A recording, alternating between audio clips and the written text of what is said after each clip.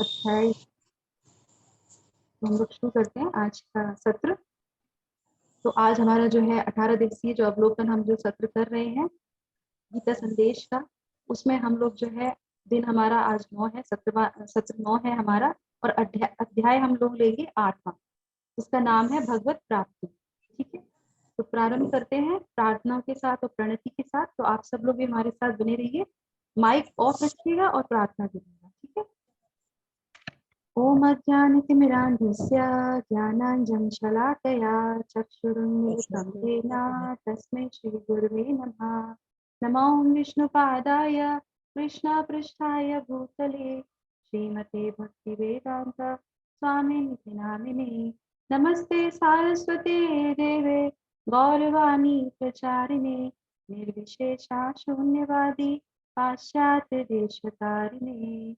जय श्री कृष्णा चैतन्य प्रभु नित्यानंदा श्री अद्वैत गदाधर श्रीवासादि गौर भक्तवृंदा। हरे कृष्णा कृष्णा कृष्णा हरे हरे, हरे राम राम राम हरे हरे। हरे कृष्ण। हरे कृष्णा। तो हम प्रारंभ करते हैं अपना। हरे कृष्णा माता जी। हरे कृष्णा सभी लोगों हरे को। कृष्णा। बहुत अच्छा लगता है जब आप लोग अपने कैमरे खोलते हैं और हम आपको देख पाते हैं। हरे कृष्णा। तो हम लोग अवलोकन कर लेते हैं पिछले अध्याय का।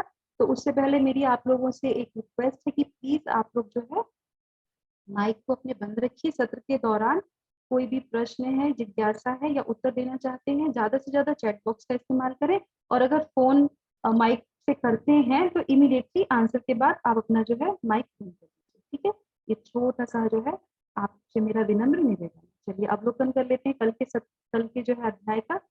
तो कल हम लोगों ने जो है पढ़ा था, तो उसमें और भगवान जो है ज्ञान देते हैं, भगवत ज्ञान देते हैं। आरंभ होता है हमारा जो है भक्ति योग। तो भक्ति योग में भगवान ज्ञान प्रदान करते हैं। तो क्या बताते हैं, वो कहते हैं सुनो, सुश्रु बोलते हैं, कहते हैं सुनो और भगवान कृष्ण को जानो। सबसे पहले अध्यात्म में एंटर करने के लिए, भगवत जो है भक्ति में एंटर करने के लिए भगवान से कनेक्ट होना बहुत जरूरी है। और उनसे कनेक्ट कैसे होंगे, उनको जब हम जानेंगे कि वो कौन है। तो वो हमने सारा जाना। उसके बाद जो है 1 से लेकर 7 तक के अध्यायों में के श्लोकों में, और उसके बाद फिर 8 से भगवान किस प्रकार जो है प्रत्येक वस्तु के आधार हैं, उनकी विभूतियां हैं, किस तरीके से हम उनको याद कर सकते हैं, सतत चिंतन कर सकते हैं, उसके आधार पे वो हमारा 12 तक के श्लोकों में हमने अवलोकन किया। और उसके बाद फिर भगवान ने शरणागति के बारे में बताया कि क्यों करनी चाहिए शरणागति, और कौन करता है कौन नहीं करता है। तो कितने प्रकार के लोग हैं जो करते हैं और नहीं करते हैं। 4 प्रकार के करते हैं, 4 प्रकार के नहीं करते हैं। ये हमने कल जाना, जो कि हमारे 13 से लेकर 19 तक के श्लोकों में आया। उसके बाद जो है शरणागति पर हम गलत स्थान पे कर लेते हैं। कुछ लोग वो भी होते हैं जो शरणागति तो करते हैं पर भगवान कृष्ण को न करके दूसरी जगह करते हैं, और उसके पीछे क्या कारण था वो भी हमने जाना। और उसके बाद जो है भ्रम का कारण और मुक्ति का उपाय, तो वो हम लोगों ने एक देखा था कि बादल था, सूर्य था। तो कुछ हम लोगों ने जो है एग्जाम्पल भी लिए थे और मुक्ति के उपाय भी बताए थे। तो आप बताइए कि क्या थे मुक्ति के उपाय। इसके बाद हम लोग आगे बढ़ेंगे कि किन चीजों को जानने के बाद, नंबर बता दीजिए, पूरे नाम लेने की जरूरत नहीं है, नंबर से बता दीजिए कि कितने किन विषय, जो विषय थे उसके नंबर क्या थे, कितने विषयों को जानने के बाद हम भगवान को पूरी तरह जान सकते हैं और वो हमारा मुक्ति का द्वार खोल सकता है। ओके, एक ने बोला है 8, एक ने बोले हैं जो है 4। ओके, लगभग करीब करीब है आप, पर एग्जैक्टली नहीं है। बताइए आगे।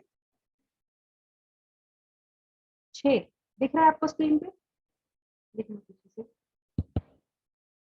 ठीक है, तो ईश्वर को जान सकता है, वो 6 है। तो ध्यान से देखिए स्लाइडों को और ध्यान से बताइए। किसने बोला है, रईना माता जी ने। वेरी नाइस, बहुत बढ़िया। चलिए तो आगे बढ़ते हैं हम।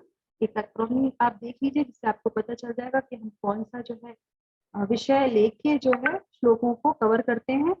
तो डी जो है वो 1 से लेके 4 में रहेगा, और उसके बाद ई जो है 5 से लेके 8 तक में रहेगा, 1 से लेके 4 तक में डी, 5 से लेके 8 तक में ई, और उसके बाद जो है 9 से लेके 23 में हम ए कवर करेंगे और उसके बाद लास्ट में डी, 24 से लेके 28, तो क्या निकला, डेथ। अब ये थोड़ा सा सुनने में अजीब सा लगता है, पर आज का जो विषय है वो यही है, भगवान हमें इसका ज्ञान प्रदान करेंगे। ठीक है, तो हम जानेंगे। और उससे पहले जो है, यहाँ पे आप श्लोका नंबर 1 देख रहे हैं, तो यहाँ पे ये अध्याय जो है, भगवान जब पिछले अध्याय में भगवान बताते हैं, तो यहाँ पे वो शुरू करते हैं प्रश्न से, जिज्ञासा से। बहुत सारे प्रश्न पूछते हैं इस अध्याय में, वो बहुत सारे प्रश्न पूछते हैं और भगवान उनको बहुत अच्छी तरीके से आंसर करते हैं। और एक जो लास्ट का प्रश्न है, उसके लिए वो पूरा जितना चैप्टर होता है उसको पूरा कवर करते हैं। वो इतना इम्पोर्टेंट प्रश्न होता है इनका, और वो हमारे जीवन से बहुत ज्यादा आधारित है, और हमें उस पर बहुत ध्यान रखना चाहिए, पर हम उसको ज्यादा ध्यान देते नहीं है। तो देखिए क्या पूछते हैं वो। तो यहाँ पे जो है ये प्रश्न, ये जो श्लोक आप देख रहे हैं, इसमें वो कहते हैं, किम तत् ब्रह्म किम ध्यात्मा किम कर्म पुरुषोत्तमम आदिभूतम च किम प्रोक्तमादि देवम किम मुच्यते। तो आपके लिए प्रश्न यहाँ पे फिर से एक आया कि अर्जुन ने किम शब्द का अर्थ, किम शब्द का प्रयोग कितनी बार किया,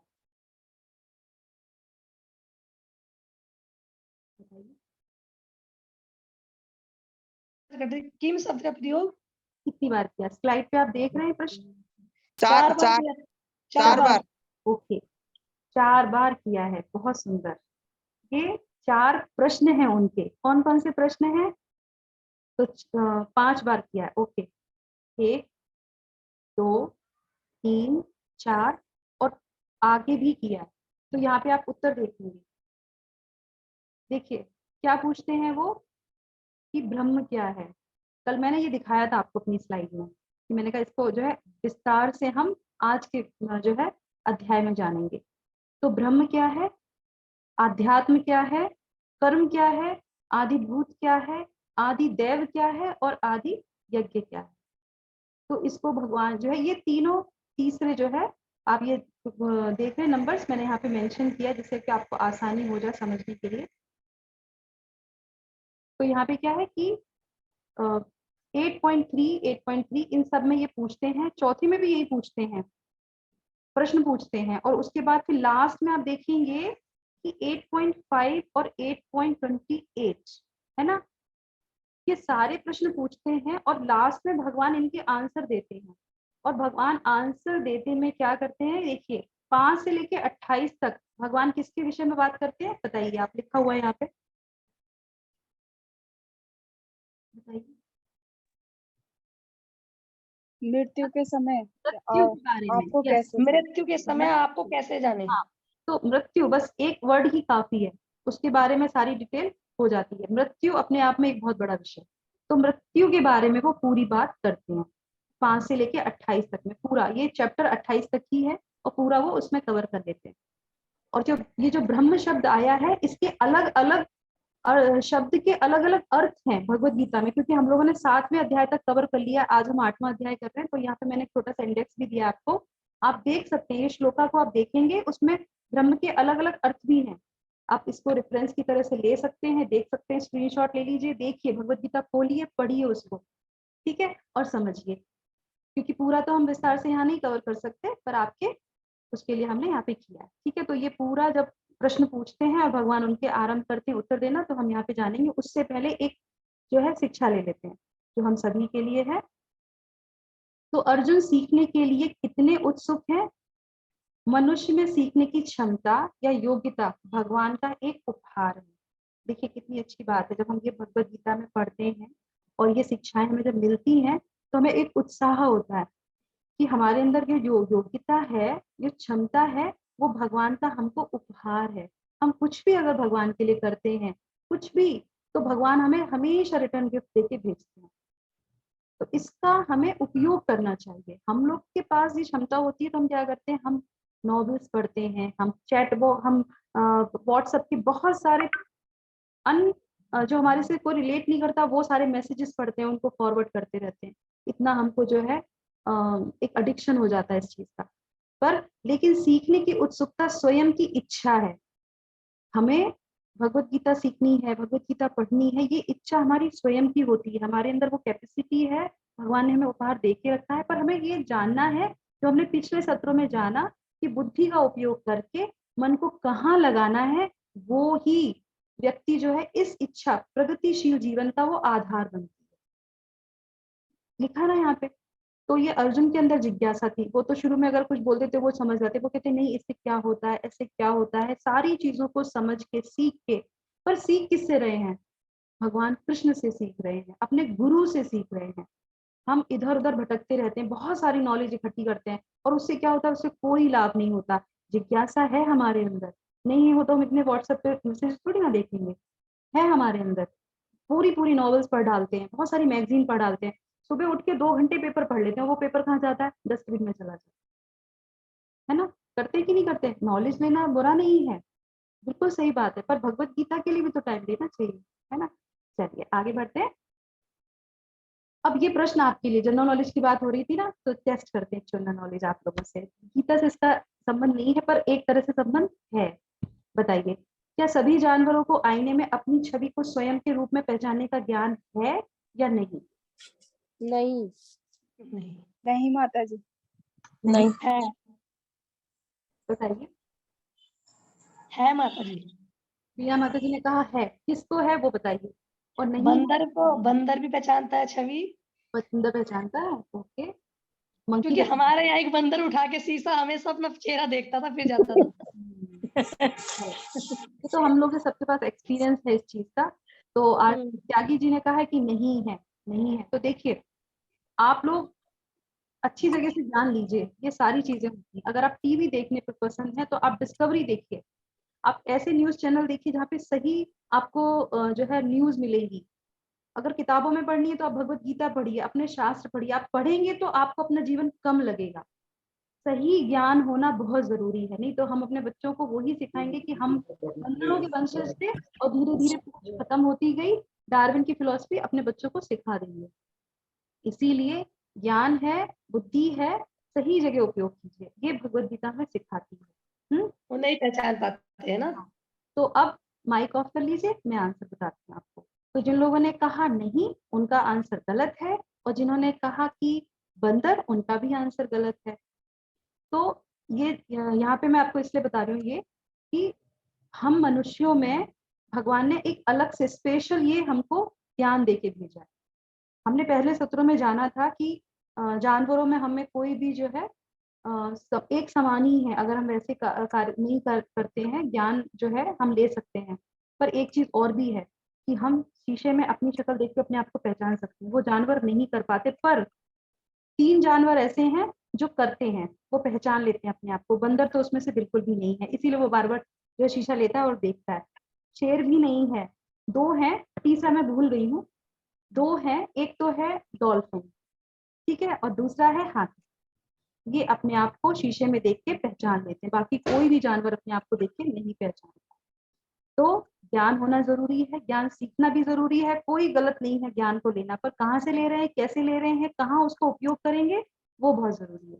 ठीक है, इसीलिए छोटी छोटी शिक्षाएं आपको दी जाती है जो आपका मनोबल बढ़ाए। देखिए यहाँ पे मैंने लिखा हुआ है, 3 बताए गए थे उसमें, पर मुझे ध्यान नहीं था। अब हम लोग जो है आगे बढ़ते हैं इसमें। तो जो प्रश्न उन्होंने पूछे थे उनके आंसर यहाँ पे हम लोग देखेंगे। कि यहाँ पे आप देखिए, अब भगवान यहाँ पे उनको बताना प्रारंभ करते हैं कि इन लोगों को अगर आप जान जाओगे तो आपको पूरा ज्ञान मिल जाएगा। तो कैसे आपको पता चलेगा? ब्रह्म, कर्म, आध्यात्म, आदिभूत। अगर किसी को याद है, हमने लास्ट वाले कल के सत्र में ये स्लाइड लगाई थी। पिक्चर नहीं थे पर शब्द थे वहां पे। तो ब्रह्म का मतलब क्या है? हम आत्मा हैं। तो अविनाशी जो जीव होता है उसको भी ब्रह्म बोलते हैं। कर्म, जो हम भौतिक कार्य करते हैं वो, जिससे हम इस बंधन में बंधते हैं। और दूसरा है आध्यात्म। वो क्या है? वो हमारा नित्य स्वभाव है, जो हमसे कोई नहीं छीन सकता। ठीक है। उसके बाद है आदिभूत, ये पूरी भौतिक प्रकृति। ठीक है। हाथी और दूसरा प्राणी कौन सा है? डॉल्फिन। डॉल्फिन को अगर आपने देखा होगा तो इसके बाद जो है आदि यज्ञ, आदिदेव हो गया क्या? हाँ, आदिदेव भगवान के विराट रूप का जो भगवान का पूरा उसमें रूप आता है, और ये हम अध्याय 11 में पूरी तरीके से विस्तार से इसको समझेंगे। पूरा ज्ञान मिलता है इसको जानने से। तो ये जो कुछ शब्द हैं, अगर आप उनको जान जाएंगे, आप पूरी तरीके से समझ जाएंगे। और उसके बाद है अधियज्ञ। हृदय में परमात्मा हमारे रहते हैं, उनको परमात्मा कहा जाता है, इसका ज्ञान हमें होना चाहिए। तो ये सारी चीजें वो अर्जुन को बताते हैं। अब लास्ट में आ जाते हैं यहाँ पे। ये पिक्चर आपको दिख रही है, डॉक्टर का हाथ आपको डेफिनेटली समझ में आ रहा होगा। बच्ची है जो कि चली हुई है, मृत्यु का सीन है ये। हाँ, उसकी जो है नब्ज बंद हो गई है। इस टॉपिक को भगवान ने इतना डिटेल में क्यों बताया? इस टॉपिक को भगवान ने इतना ज्यादा क्यों डिटेल से बताया, क्यों समझाया? हम अगर मृत्यु की बात करते हैं तो हम कभी करना नहीं चाहते। युधिष्ठिर महाराज से एक बार पूछा गया कि सबसे बड़ा विडंबना क्या है? ये श्रीमद् भागवतम था, हम आपको वैसे शेयर करते हैं। तो कहते सबसे बड़ी विडंबना ये है कि लोग मरते हैं और उनके साथ लोग जाते हैं और रोते हैं, और फिर भी वो इसकी इतनी बड़ी ज्ञान को समझ नहीं पाते कि हम यहाँ से चले जाएंगे, और हमें कैसे जाना है, कब जाना है, हम जाते कहाँ हैं, हमारा क्या गंतव्य है, इसके बारे में हम कभी विचार करते ही नहीं है। भगवत गीता पढ़ेंगे, भक्ति योग में यही सिखाया जाता है, how to live, how to leave this world. तो कैसे मृत्यु होती है, तो मृत्यु कैसे होती है, कैसे होनी चाहिए, और हम मरने के बाद कहाँ जाते हैं, मृत्यु के बाद हमारी डेस्टिनेशन क्या है, हम कहाँ जाएंगे, हमारे अंदर ये विचार नहीं आता। और क्यों ऐसा क्यों होता है, ये रियल है नहीं है, क्या होता है, ये बहुत सारे प्रश्न होते हैं, पर हम इस पर कभी जिज्ञासा नहीं करते। हमें लगता है ये नेगेटिव पॉइंट है, पर ये नेगेटिव नहीं है, ये पॉजिटिव है। इसीलिए भगवत गीता में मिडिल पार्ट में ट्रेजर में दिया गया है, ये मृत्यु जीवन का अटल सत्य है। यस, हम लोग बोलते हैं पर इस पे कभी विचार नहीं करते, कभी इस पे सत्र नहीं करते, कभी इसके बारे में जानना नहीं चाहते। तो अब हम आज जानेंगे यहाँ पे, है ना। तो इस तरीके से भगवान क्या कहते हैं, भगवान यहाँ पे बताते हैं, अंत काले च मामेवा स्मरण मुक्त्वा कलेवरम। तो भगवान कहते हैं और जीवन के अंत में केवल मेरा ही स्मरण करता हुआ शरीर त्याग करता है, वो तुरंत मेरे स्वभाव को प्राप्त करता है, इसमें कोई संदेह नहीं है। क्योंकि अर्जुन जो है वो जब पीछे आश्रम योग और ये सब चीजें जब देखते हैं, समझते हैं चीजों को, तो वो कहते हैं कि कोई सरल सी चीज बता दीजिए मुझे। तो भगवान उनको सहायता प्रदान करते हैं। तो वो प्रश्न पूछते हैं ये कैसा है, ये कैसा है, तो वो और आसानी से उनको कहते हैं कि इस तरह से तुम करोगे तो निसंदेह जो है, इसमें कोई संदेह नहीं है कि अगर तुम मेरा चिंतन करोगे तो मेरे स्वभाव को प्राप्त करोगे। स्वभाव का मतलब क्या है, भगवान जैसे बन जाएंगे हम? नहीं ना, ऐसा है क्या, बताइए। भगवान का चिंतन करेंगे तो क्या हो जाएंगे हम, भगवान के स्वभाव जैसे हो जाएंगे। स्वभाव का मतलब क्या है, भगवान जैसे बन जाएंगे? प्रश्न बताइए, आंसर दीजिए। नहीं, हम भगवान के करीब हो जाएंगे। भगवान के करीब हो जाएंगे। योग, योग से क्या संबंध, मत समझी नहीं। मिल जाएंगे, मर्ज हो जाएंगे, लुप्त हो जाएंगे, मृत्यु जीवन का। हाँ बताइए बताइए बताइए, क्या पता है आपको? भगवान मृत्यु जीवन आसान हो जाएगा, उस टाइम कष्ट कम होगा। उस टाइम कष्ट कम होगा। ओके, कनेक्टेड टू जीवन मोक्ष हो जाएगा। जीवन मोक्ष हो जाएगा। चलिए ठीक है, अब मैं अपने आंसर पे आ जाती हूँ, है ना, आप लोगों को ज्यादा हम परेशान नहीं करेंगे। तो देखिए वो कहते हैं, पिछले श्लोक को देखिए, नहीं आ रही स्लो है क्या? पीछे वाला नहीं गया ना स्लाइड में।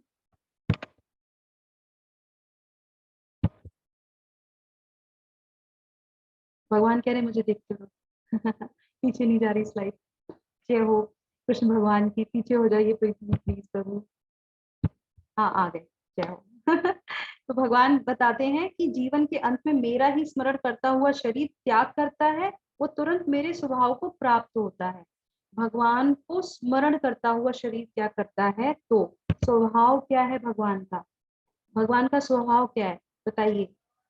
अब बताइए स्वभाव क्या है भगवान का? मैंने सो दयालु होता है भगवान के स्वभाव। दयालु है, हम दयालु हो जाएंगे।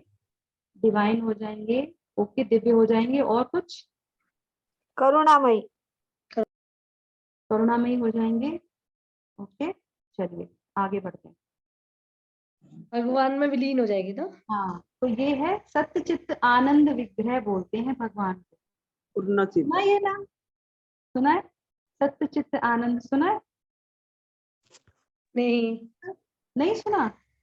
जी माता जी सुना तो है। यहाँ पे नहीं। देखिए, सत्य एब्सोल्यूट है भगवान, चित्त भगवान की जो नॉलेज है, फुल नॉलेज है उनके पास। हाँ, अब विनायक प्रभु ने सही आंसर दिया, सत्य चित्त आनंद जो है वो फुल नॉलेज है उनके पास, और फुल जो है वो ब्लिस है, आनंद से भरे हुए हैं। आनंद से मतलब ये वो बने हुए हैं, विग्रह हैं, वो एक स्वरूप है उनका, इस तरीके के वो हैं, तो वैसे ही स्वभाव में आ जाएंगे।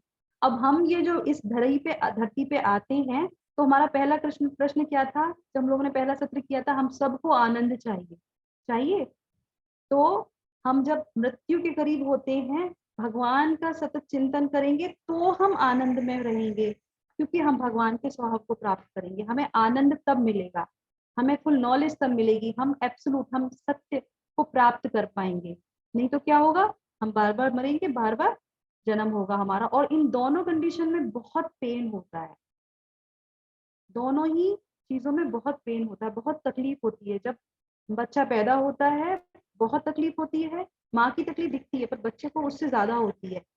और जब मरते हैं तो भी 88,000 बिच्छू हमें काटते हैं, उतना हमें पेन होता है, दर्द होता है उस जगह शरीर में। 60,000 बिच्छू तो काट आत्मा दिए। शरीर से दूर होती है, ये पढ़ने से पता चलता है। हम लोग सोचते हैं बहुत इजी है, चलो फांसी लगा लेते हैं, मर लेते हैं, ऐसे नहीं जाती आत्मा शरीर को छोड़ के। तो इस तरीके से बताते हैं कि अब भगवान जब ये बोल रहे हैं कि मेरा ध्यान करो और उसके बाद जो है तुम जो है मुझे प्राप्त कर सकोगे, तो अर्जुन क्या कहते हैं? यदि कुछ और याद आ रहा हो तो? कितना अच्छा प्रश्न है। हम लोगों को कभी ऐसे प्रश्न आता है क्या? अगर हमारे मन में, हम मरने वाले हैं तो हमारे मन में क्या आएगा? प्रॉपर्टी के पेपर नहीं तैयार किए हमने, हमारा बच्चा बाहर है उसको बुला लो, कितने रिलेटिव रह गए हैं, क्या क्या काम रह गया है, बहुत सारी माया हमें घेरे रहती। क्यों रहती है ऐसा? क्योंकि हम उसी में ही फंसे रहते हैं। और भगवान में, भगवत गीता में तो बोल रहे हैं कि मृत्यु के समय आप मुझे याद करिए, तो हम कर लेंगे। हमने पूरे जीवन तो माला उठाई नहीं अपने हाथ में, हमने भगवान का तो कभी प्रैक्टिस की नहीं, है ना? तो ये हो जाता है। तो भगवान क्या कहते हैं? हे कुंती पुत्र, शरीर त्यागने पर जो भी स्थिति याद आती है, बिना किसी संदेह के वही अवस्था प्राप्त होगी। वो कहता है ना कि अगर कोई और याद आई तो जो भी तुम्हें याद रहेगा, श्रीमद् भागवतम में ऐसे बहुत सारे उदाहरण दिए जाते हैं, जो भी आप याद करेंगे आप वहीं जाएंगे, वैसा ही आपका जो है आगे की यात्रा प्रारंभ हो जाएगी। इतने बहुत बारीक बारीक चीजें हैं ये, जो याद रखनी चाहिए हमको, कि हमें इस दुनिया को छोड़ते समय हमारा स्थिति कैसी होनी चाहिए। इसीलिए हम पूरे जीवन प्रयास करते हैं। हमें डॉक्टर इंजीनियर बनना है वो दूसरी बात, पर हमें एक्चुअल में यहाँ से जाते समय हमारी स्थिति क्या होगी वो बहुत इंपॉर्टेंट है, क्योंकि वो हमारे दूसरे जन्म पे आधारित है। ठीक है? तो जो हम सोचते हैं वो हमारी वाणी में आता है, ऑटोमेटिकली आएगा। आप किसी को बोलते हुए सुन लीजिए, आपको पता चल जाएगा व्यक्ति के विचार कैसे। और जो हम बोलते हैं, हर चीज का रिएक्शन होता है, जो हम बोलते हैं वो हमारे कर्मों में दिखता है ना? और जो हम करते हैं उससे हमारा चरित्र बनता है कि नहीं बनता? हमारी एक्टिविटी बताती है कि हम किस तरीके के हैं। वो कहते हैं ना, किसी को अगर जानना हो तो उसके दोस्तों को देख लो, उसकी एसोसिएशन को देख लो, तो उसके चरित्र से पता चल जाएगा किस एसोसिएशन में है वो। और चरित्र से क्या होता है? भविष्य निर्माण होता है। कितनी बड़ी बात है ये, तो बहुत कठिन नहीं है समझना। ये कुछ फॉर्मूले हैं, अगर आप याद रखेंगे तो आपको पता चलेगा कि हमें कैसे जीना है, कैसे यहाँ से जाना है। दोनों चीजें जो हमें भगवत गीता में बताते हैं भगवान, इसीलिए इस विषय पे बहुत डिटेल में वो बात करते हैं। तो ये एक चक्र है, जन्म होती है, मृत्यु होती है, अटल है।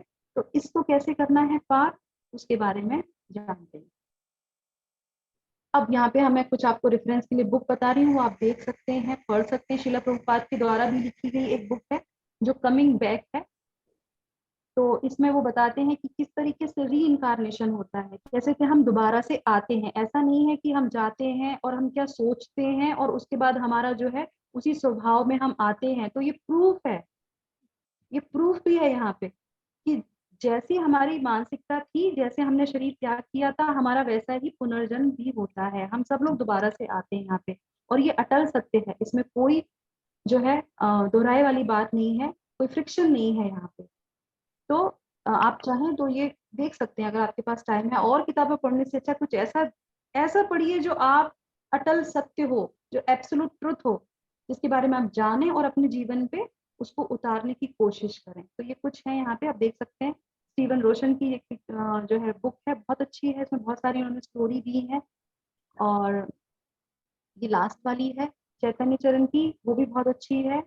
तो एक दो स्टोरी उसमें ऐसी है कि एक जो है व्यक्ति था, उसको जो है फौज में था वो, और वो लड़ाई करता था, और उसी में वो मृत्यु होती थी। उसके अंदर वो इतना ज्यादा, उसका मन बुद्धि सब कुछ उसमें लगा हुआ था कि उसके 7 जन्म हुए, और 7 बार वो जो है लड़ाई युद्ध में ही रहा वो, क्योंकि वो इतना उसमें उसके अंदर वो उसकी बुद्धि और मन उसमें लगा हुआ था कि वो अंत होता था, फिर वो दोबारा से ऐसी जगह जन्म लेता था जहां से फिर वो युद्ध में ही आता था। तो इस तरीके से ये बहुत सारी स्टोरीज हैं, और बहुत अच्छी, मतलब सुनते हैं तो पता चलता है। एक कई हैं ऐसी, अभी इस पर चर्चा नहीं करते हैं, आगे बढ़ते हैं। तो अब यहाँ पे क्या है, कुछ चुनिंदा लोगों के लिए पुनर्जन्म हकीकत है, कुछ ही लोगों का पुनर्जन्म होता है, या सबका पुनर्जन्म होता है? तो आंसर सभी का होता है। यस, ये सभी के लिए है, सार्वभौमिक रूप से ये लागू होता है। ये कोई पर्टिकुलर लोगों के लिए नहीं है, सभी को पुनर्जन्म होता है, पता नहीं चल पाता है ना। सुषमा माता जी, आपका माइक खुला हुआ है, आप माइक बंद कर लीजिए। हरे कृष्णा। सुषमा माता जी का माइक खुला है, वो अपना माइक बंद कर सकती हैं। तो यहाँ पे कुछ लोग हैं, और ऐसा नहीं है कि हम बोल रहे हैं ये बुक्स लगी हुई है, ये जो महान महान व्यक्तित्व हुए, इन लोगों ने भी इसको माना है। जब ये मानते हैं, देखते हैं, जैसे आप देख सकते हैं इसमें हमारे जो है महात्मा गांधी है हमारे, और बेंजामिन फ्रैंकलिन है इसमें, और हेनरी फोर्ड है इसमें, हेनरी डेविड है इसमें। तो ये सारे जो है महान महान आत्माएं हैं जिन्होंने इनको माना है। तो सभी का पुनर्जन्म होता है, ये बात सत्य है। एक छोटा सा मैं आपको और यहाँ पे देना चाहूंगी, ये साइंटिस्ट हैं, और डॉक्टर स्टीवेंसन। तो इन्होंने खोज करी थी, और इन्होंने बहुत सर्च किया था, 40 साल अपने जीवन के इन्होंने उसमें बिताए। और ऐसा नहीं है, 5 महाद्वीपों में, कॉन्टिनेंटल में ये गए, इन्होंने सर्च किया, 3000 बच्चों के ऊपर इन्होंने सर्च किया, देखा, और पता लगाया, रिसर्च किया, और उन्होंने पता लगाया कि किस तरीके से, कई सारे बच्चों के बारे में इन्होंने लिखा, पूरा इन्होंने बनाया। तो लोग करते हैं रिसर्च और बताते हैं, इन्होंने अपने पूरे डॉक्यूमेंट्स बनाए उस पर करके। पर भगवत गीता में भी ये बताया जाता है, आप पूरे जीवन उस पर रिसर्च करेंगे तो आपको वो चीज पता चलती है, महान महान लोग करते हैं उस पर। भगवत गीता में भी 2 ही बातों पे आ जाती है, 2 ही लाइनों में, 2 ही श्लोकों में बता दिया गया कि आप ऐसा करेंगे तो आपको वैसा ही स्वभाव से वो आएंगे। ठीक है, तो हमें ध्यान रखना चाहिए कि हम क्या सोच रहे हैं, कैसे जा रहे हैं। अब एक छोटा सा और ले लेते हैं यहाँ पे, क्योंकि अध्याय ज्यादा बड़ा नहीं है, तो थोड़ी चीजों को डिस्कस करने में अच्छा है, हमें पता चलेगा, हम जान पाएंगे उसको। अब यहाँ पे आप देख रहे हैं ये क्या हो रहा है, यहाँ पे बताइए। सम्मोहन। सम्मोहन की प्रक्रिया हो रही है। Very nice. माता जी, इन्होंने क्या रिसर्च की? इन साइंटिस्ट ने क्या रिसर्च किया था?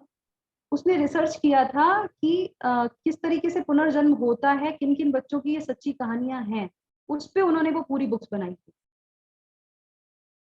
3000 बच्चों पे उन्होंने वो रिसर्च किया था। उन्होंने पाया था कि वो ऐसे, उनका मृत्यु हुई, उसके बाद उनका जन्म हुआ, और वो कहाँ कहाँ पैदा हुए, उनकी एक्टिविटीज से देख के, उनसे पूछ के ये सारी चीजें निकली।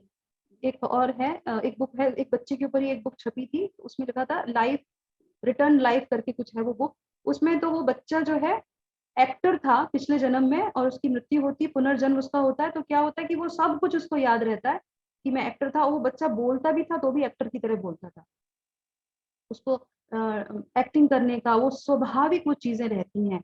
और आप देखेंगे जब ऐसा कुछ होता है, एक मृत्यु जब होती है किसी कारण से होती है, कुछ बहुत ज्यादा भय के कारण जब होती है, तो वो अपना जो है मस्तिष्क पर, सूक्ष्म शरीर पे इतना प्रभाव डालती है कि जब आप दूसरा स्थूल शरीर लेके सूक्ष्म शरीर, उसी सूक्ष्म सूक्ष्म शरीर वही रहता है, वही रिटर्न होके आता है। स्थूल शरीर जैसे ही आता है तो क्या होता है, आपको एकदम से फोबिया होता है उस चीज का, आपने कभी देखा नहीं जाना नहीं, फिर भी आपको फोबिया है, और वो बहुत एक्सट्रीम लेवल का होता है, बहुत ज्यादा होता है, तो समझ में आता है कि कारण कुछ रहा होगा पिछले टाइम में।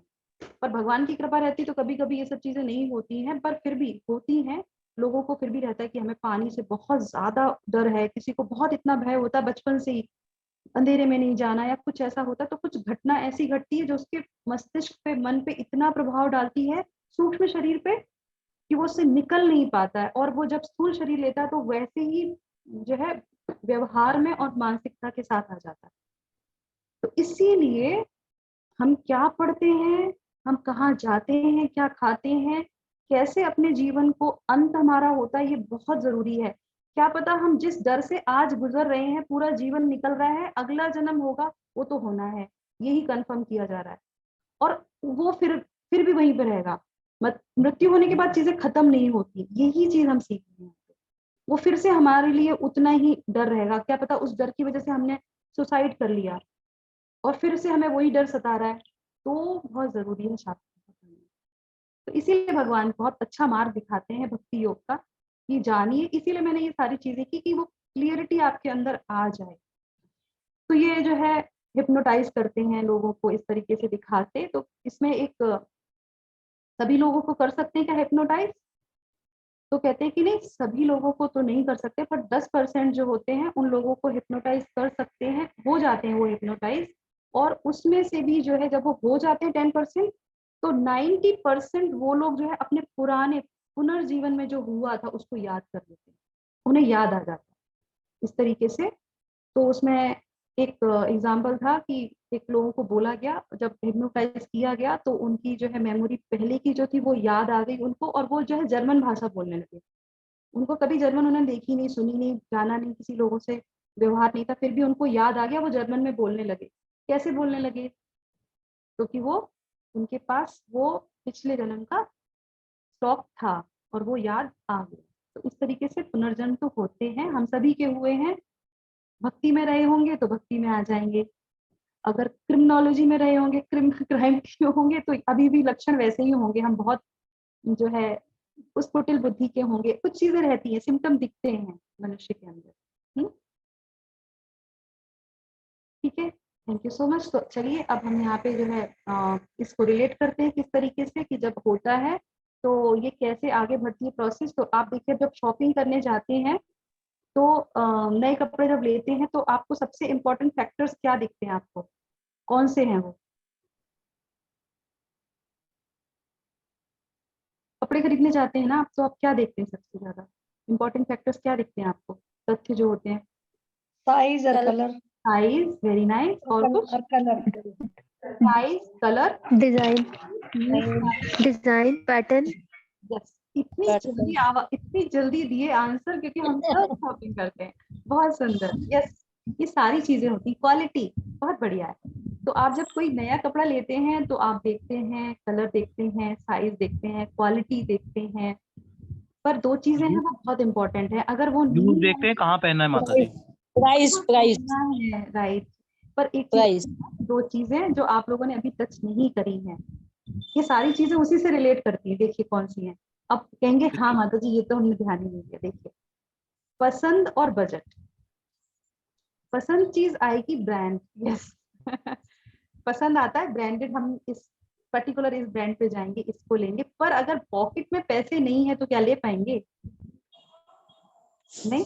अगर पसंद की वस्तु चाहिए तो पैसे भी बहुत जरूरी है कि नहीं है ना? फिर हम ऑफर में जाते हैं।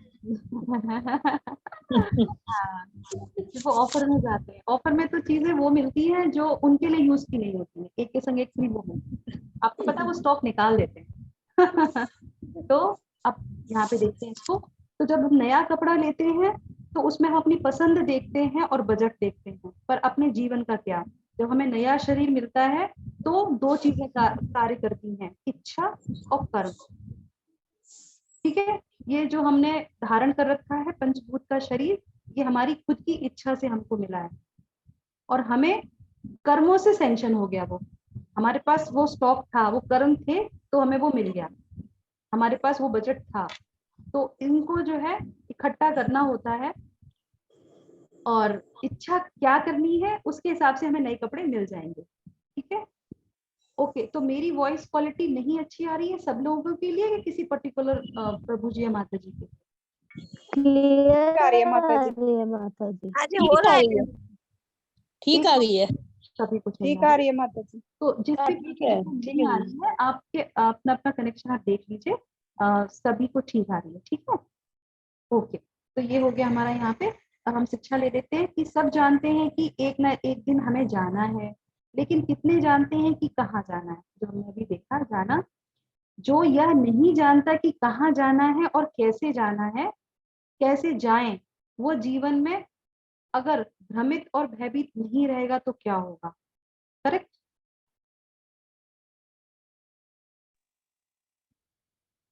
ठीक है, तो इस तरीके से हम जान सकते हैं कि कहाँ जाना है, कैसे जाना है, और तो हम जा सकते हैं। आवाज नहीं आ रही। ठीक है, तो जिसको नहीं सुनाई दे रही है वो आपकी अपनी परेशानी है। आप लोग माइक बंद कर लीजिए प्लीज, मैसेज पूछ सकते हैं। तो यहाँ पे अब जो है अर्जुन कहते कहते कैसे सुनिश्चित करें कि अंत में बस आपका ही स्मरण हो। भगवान कहते हैं ना अंत काले च मामेवम, तो आप मुझे स्मरण करें। तो कहते कैसे सुनिश्चित करें, कैसे ये हो कि मैं आपको ही याद करूं, आपका ही स्मरण हो। तो भगवान क्या कहते हैं, अपने कर्तव्यों को करते हुए सदैव मेरा चिंतन करने का अभ्यास करो। कैसे करेंगे? तो पहले वो कहते हैं कि चिंतन करो फिर लड़ो। अपने कर्तव्यों को करते हुए सदैव मेरा चिंतन करो और फिर अभ्यास जो है करो। चिंतन करते रहना है, कर्म करते रहना है, पर ऐसा नहीं है कि कर्म कर लेना फिर चिंतन करना है जो हम लोग करते हैं। पहले ये काम कर लेते हैं, उसके बाद भगवान को देखेंगे, भगवान को बुलाएंगे, भगवान को याद करेंगे। करते करते कर्तव्यों को करते हुए करना है, प्रथम प्रायोरिटी उनको देनी है, प्रथम स्थान उन्हीं को देना है। तो इस तरह से भगवान बताते हैं। माम अनुस्मर और युद्ध च, उसके बाद ये ऐसे बोलते हैं उसमें श्लोक में। तो ऐसा क्यों बोलते हैं कि पहले करो बाद में मत करो? क्यों? क्योंकि नींव को सही ढंग से स्थापित करने के लिए सकारात्मक सोच बहुत जरूरी है। हम किसी भी चीज को बनाते हैं, हम अपने जीवन को बनाएंगे तो एक सकारात्मक सोच चाहिए, और अपने इस जीवन से जाएंगे, इस शरीर को त्याग करेंगे, उसके लिए भी फाउंडेशन बहुत स्ट्रांग चाहिए। तो इसीलिए वो कहते हैं कि चिंतन करो और फिर अपना जो है युद्ध करो, अर्जुन से बोलते हैं। और हम अपने कर्तव्यों को करते करे कर सकते हैं। जैसे कि एक बहुत अच्छा उदाहरण श्रील प्रभुपाद जी देते हैं कि जैसे एक गर्लफ्रेंड बॉयफ्रेंड होते हैं, तो गर्लफ्रेंड हमेशा अपने बॉयफ्रेंड के बारे में सोचती रहती है, और अगर घर वालों को उसने नहीं बताया तो क्या करती है कि वो उसके बारे में सोचेगी, खुश होगी, और किसी को पता भी नहीं लगने देती है। सिचुएशन अगर अनुकूल नहीं है तो ऐसा होता है, पर वो हमेशा उसके बारे में सोचती कैसे मिलेंगे, क्या करेंगे। क्यों? क्योंकि वो उनसे समर्पण है, उससे प्यार करती है। हम भगवान को प्यार करते हैं, समर्पण करते हैं, भगवान ने हमें कुछ बोला है तो हम ऐसे कर सकते हैं। अपने कर्तव्यों को करते करते सोच सकते हैं कि भगवत गीता में हम कैसे पढ़ना है, सत्र में कैसे आना है, कैसे अपने जीवन में हम हरे कृष्णा मंत्र को लेके आए, कैसे भक्तों का संग करें, कैसे आध्यात्म में आगे बढ़े। तो इस तरीके से जिज्ञासा करते हैं। अब अर्जुन क्या प्रश्न करते हैं कि एक कार्य करना आसान है, दोनों साथ में कैसे करें? होता है ना, आपको भी ध्यान करें, ये भी काम करें, ये होता है कि नहीं होता बताइए आप? होता है ना? हाँ। हाँ जी। तो भगवान इसका आंसर बहुत अच्छा देते हैं, ये होता है। जब हम नए नए आते हैं, जानते हैं, तो हमें ये बहुत अजीब सी बातें लगती है कि ऐसे कैसे हो सकता है। तो देखिए भगवान क्या कहते हैं, अभ्यास योग युक्त न, भगवान कहते हैं अभ्यास से होगा। कोई भी चीज चाहिए तो उसके लिए प्रैक्टिस चाहिए। तो कहते हैं पार्थ, अभ्यास की आवश्यकता है, इसीलिए मुझ पर लगातार ध्यान करने का अभ्यास करो। तो भगवान के जो भक्त होते हैं वो इसी का अभ्यास करते हैं। लोग कहते हैं कि बहुत से लोगों को मैंने देखा है वो यही प्रश्न करते हैं मुझसे, तो कई लोगों ने, क्योंकि अरे अभी क्या, अभी तुम्हारे बच्चे छोटे हैं, तुम उनका ध्यान रखो, क्या अभी से तुम भगवत गीता और भगवान की माला लेके और ये सब कर रही हो। अब उनको मैं क्या बताऊं कि मैंने जो है 8वां चैप्टर पढ़ लिया है भगवान का मैंने पढ़ लिया, उसको स्वीकार कर लिया और उसको प्रयास कर रही हूँ अपने जीवन में लाने की। अब उनको तो नहीं बोल सकते ना, उनकी गलती नहीं है क्योंकि उन्होंने नहीं पढ़ा है। इसलिए मैं सोचती हूँ सबको सबको बोलती हूँ कि सब लोग पढ़ लो एक बार, और फिर अगर मैं गलत कर रही हूँ तो बताना। तो इसीलिए हमें करना चाहिए, ये अभ्यास है। करते करते करते करते कोई भी बोलते हैं ना कि प्रैक्टिस मेक्स मैन परफेक्ट। है ना। हम लोग भौतिक जीवन में ऐसे कई ऐसे स्लोगन देखते हैं, पढ़ते हैं, जानते हैं। भगवान भी बोलते हैं कि अभ्यास करना आवश्यक है। आप में से कितने लोग हैं ये प्रश्न अटपटा सा है पर कोई बात नहीं, बहुत प्रैक्टिकल है। आप में से कितने लोग हैं जिन्होंने अपने फोन को खोया है और उस दिन आपकी मन की स्थिति कैसी है? मैं बहुत छोटा सा एग्जांपल दे रही हूँ पर ये बहुत रिलेटेबल है क्योंकि हम लोग फोन से बहुत ज्यादा अटैच हैं। टेंशन, मैंने खोया। हाँ 4, तो प्रभु जी बोले मैं 4, मैं भी 4 खो चुकी हूँ okay, situation very very frustrating. Yes, हमें एंजाइटी हो जाती है और हम बहुत डिप्रेशन में चले जाते हैं। क्यों? हमारा सारा इम्पोर्टेंट आजकल तो फोन, आजकल तो बैंकिंग भी उसमें ही होती है ना, तो वो भी चला जाता है। हमारे बहुत सारे पिक्चर्स होते हैं वो चले जाते हैं, सारा डाटा चला जाता है, बहुत सारी चीजें होती हैं, बहुत सारी चीजें जो हम कलेक्ट करके रखते हैं वो सब चला जाता है। चला जाता है कि नहीं चला जाता है? बहुत बहुत एक मोबाइल जाने से हमें बहुत जो है परेशानी हो जाती है क्योंकि हम इतने आसक्त हैं उससे, चिंता विलाप से भरा रहता है। अब आप बताइए, जब हम इस पूरे जीवन को छोड़ के जाएंगे तो हमारी स्थिति क्या होगी? हम आसक्त इतनी चीजों से हैं, फोन है, फोन से इतना आसक्त हैं जबकि पता है कि वो हमारा फोन है। हमारे इर्द गिर्द तो बहुत सारी चीजें हैं। तो आप बता सकते हैं कि जब हम इस शरीर को जब छोड़ के जाएंगे तो हमें क्या क्या चीजें याद आएंगी, क्या क्या चीजों को हम नहीं रोएंगे, किस चीज के लिए विलाप नहीं करेंगे? इतनी आसक्ति है, हम कभी सोचा नहीं इस बारे में पर ये होता है। इसीलिए आप लोगों ने प्रश्न भी किया था, इतनी आसक्ति चीजों से है तो उसको जो है विरक्ति में कैसे बदल सकते हैं? हम भगवान में आसक्ति लगाएं। एक ही उपाय है इसका, हम उसको छोड़ नहीं सकते। हमारी ये समस्या है, हमारी ये आदत बन गई है, हम एक फोन से इतना अटैच रहते हैं। देखिए सबके साथ ये परेशानी होती है, इसीलिए एक लोगों से जुड़ना है। भगवान से जुड़ जाएंगे तो और चीजों में फिर धीरे धीरे विरक्ति आनी शुरू हो जाती है। ये प्रयास है, ये साधना है जो हम भक्ति योग में करते हैं, जो भगवान कह रहे हैं अभ्यास की आवश्यकता है। तो अभ्यास करना है, सुबह उठिए, माला कीजिए भगवान की, हरे कृष्ण का जप कीजिए, धीरे धीरे जीवन में परिवर्तन आएगा। होता है शुरू शुरू में परेशानी होती है, उठने में परेशानी होती है, माला करने में परेशानी होती है, मंदिर जाने में बहुत परेशानी होती है, तो कर सकते हैं, है ना। तो इस तरीके से यहाँ पे यस, थैंक यू। तो आगे बढ़ते हैं। अब यहाँ पे हम देखते हैं कि अब भगवान क्या बता रहे हैं। अब भगवान कहते हैं ध्यान करने के 9 तरीके भी होते हैं। कौन कौन से हैं वो देखते हैं। तो ये है, इस अध्याय में आता है, आप ध्यान से सुनिए। ये भगवान अष्ट चक्र के बारे में बताते हैं। अब ये ध्यान की तरफ थोड़ा आकर्षित करते हैं अर्जुन को और बताते हैं ये, आप भगवत गीता में आराम से पढ़ सकते हैं कि अष्ट चक्र क्या है और इसकी क्या आवश्यकता होती है, कैसे इसको जो है हम अप्लाई कर सकते हैं, कैसे इसको इस पे काम कर सकते हैं और कैसे गंतव्य तक पहुंच सकते हैं जो भगवान ने बोला। तो ये एक प्रोसेस है, तरीका है, तो वो उसमें यहाँ पे बताते हैं। और यहाँ पे आप देख रहे हैं ओम, ओम पे मेडिटेट करते हैं लोग, है ना। ओम पे करते हैं अ, उ और म, अकारा, उकारा और मकारा, जो योगा से संबंधित उनको पता होगा ये। तो इस तरीके से सिलेबल है, उस पे हम जो है मेडिटेट करते हैं। और आगे देखिए, ये जो है अष्टचक्र योग है ये। तो यहाँ पे ये हमारे अंदर भी जो है ये चक्र रहते हैं और इस पे हम लोग अपनी प्राण वायु जो होती है उसको जो है एक लेवल से दूसरे, एक चक्र से दूसरे चक्र पे लेके आते हैं। ये बहुत कठिन तपस्या होती है, ये बहुत कठिन जो है प्रोसेस है, साधारण नहीं है। हम लोग कहते हैं हमारी जो है पूरी पांचों छहों जो है इंद्रियां, वो क्या कहते हैं चक्र जो है जागृत हो गए, नहीं होते। कहने की बात है, अगर कोई कहता है जागृत हो गए, वो नहीं हो सकते क्योंकि वो ऐसे होते ही नहीं है। हम कलयुग में हैं, कलयुग में ये प्रोसेस होता ही नहीं है, बहुत मुश्किल है। पर ऐसा नहीं कि नहीं होता, होता है पर साधारण लोग के लिए बहुत मुश्किल है, नहीं होता, उसकी अवस्था दूसरी होती है। तो इस तरीके से मूलाधार चक्र से स्वादिष्ठान चक्र पे जाता है, सबसे लोअर वाले से ऊपर आता है, उसके बाद मणिपुर जो मिडिल में होता है उसमें आता है, उसके बाद चेस्ट के ऊपर अनाहत चक्र होता है, गले में जो है विशुद्धि चक्र आता है, और उसके बाद जो हमारी दोनों भौं के बीच में जो जहाँ पे हम बिंदी लगाते हैं, इसी यहाँ पे जो है आज्ञा चक्र होता है। स्त्रियों को इसीलिए बोला जाता है बिंदी जरूर लगानी चाहिए। ये पावर पॉइंट्स हैं सारे, स्त्रियों को तो वैसे ही भगवान ब्लेस्ड करके कि तुम जो है जेवर पहन लो, उसी से तुम्हारा काम हो जाएगा। तो ये कोई नॉर्मल ऐसी चीज नहीं है कि नहीं करनी चाहिए, करते हैं, ये शास्त्रों में लिखा है, इसीलिए ये सारी चीजें बनाई गई हैं। तो ये पॉइंट्स होते हैं, तो यहाँ पे वो रहता है।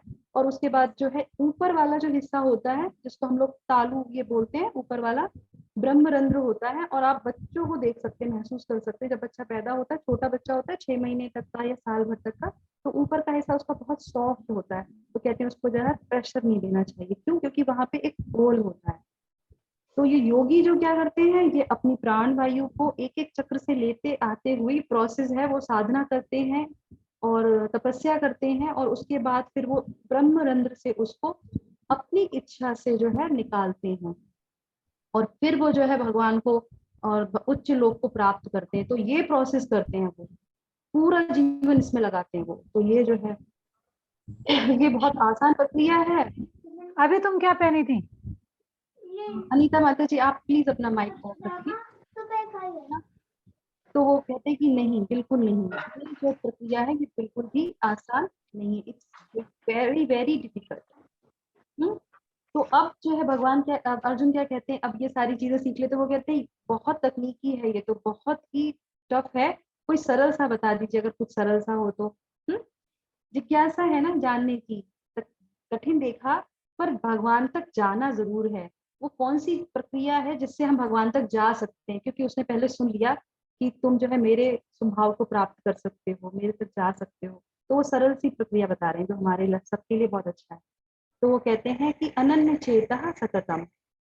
वो क्या कहते हैं कि सबसे गुह्य विषय है ये जो मैं तुम्हें बताऊंगा, और ये हम जानेंगे अगले चैप्टर में, 9वें अध्याय में। जो परम गुह्य ज्ञान है वो 9वें अध्याय का आंसर भी यही है कि बहुत गुह्य है, बहुत गहरा है, छुपा हुआ है।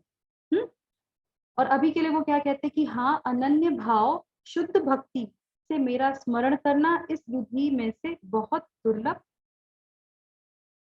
मैं दुर्लभ हूँ, सॉरी, इस विधि से मैं बहुत दुर्लभ हूँ।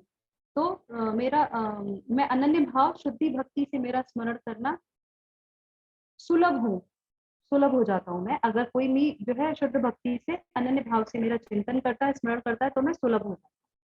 और वो क्या है, देखिए आप स्क्रीन पे, हरे कृष्णा कृष्णा कृष्णा हरे हरे, हरे रामा राम रामा हरे हरे।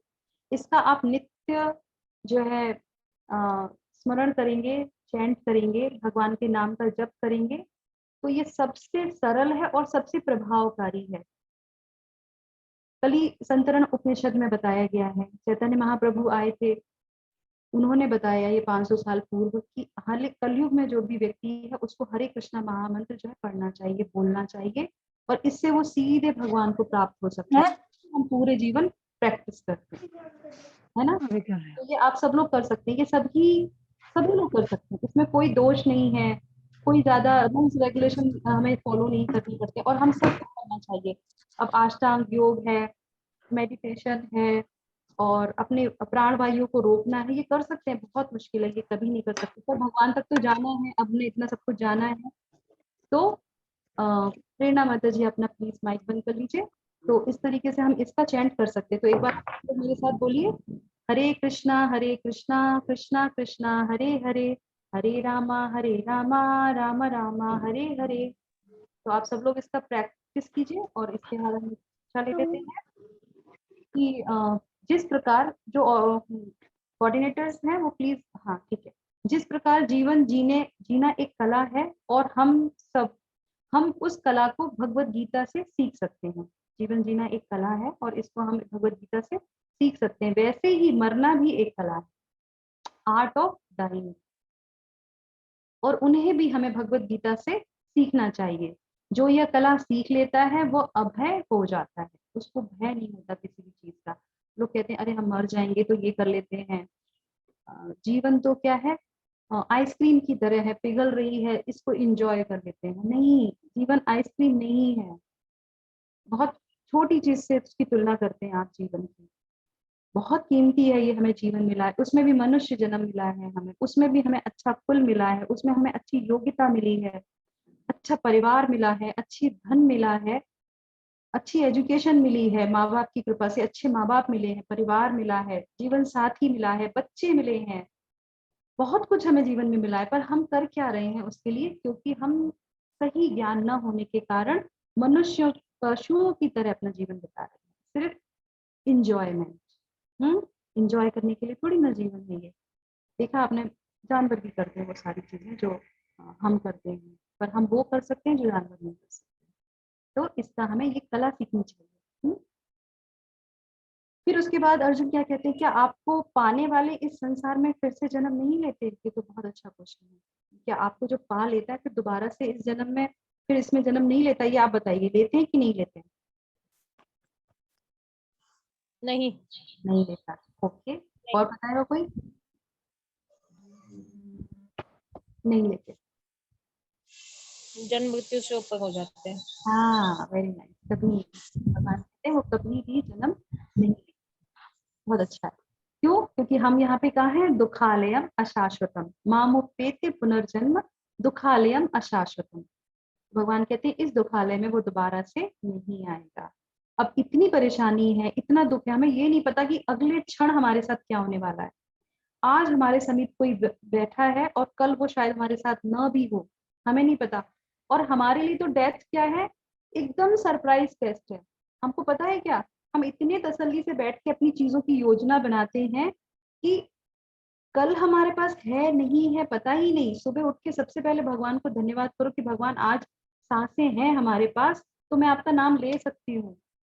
फिर अपना कार्य शुरू कीजिए। धन्यवाद तो बनता है सुबह सुबह भगवान के लिए कि आज सांस चल रही है। लोग रात में सोते हैं, सुबह नहीं उठते। अभी देखिए आपने बॉलीवुड हॉलीवुड में कई सारे इतने केस आए, पता ही नहीं चला लोगों को क्या हो गया, एकदम से हार्ट अटैक आ गया, लोग चले गए। ये होता है, ये होगा, क्योंकि कलयुग है, दुखालय है, और अगला पल का हमें नहीं, अगले पल का हमें पता ही नहीं है। पर हम बहुत लंबी प्लानिंग करके चलते हैं। पर हमें प्लानिंग किसकी करनी चाहिए कि हमें यहाँ से जाना कैसे।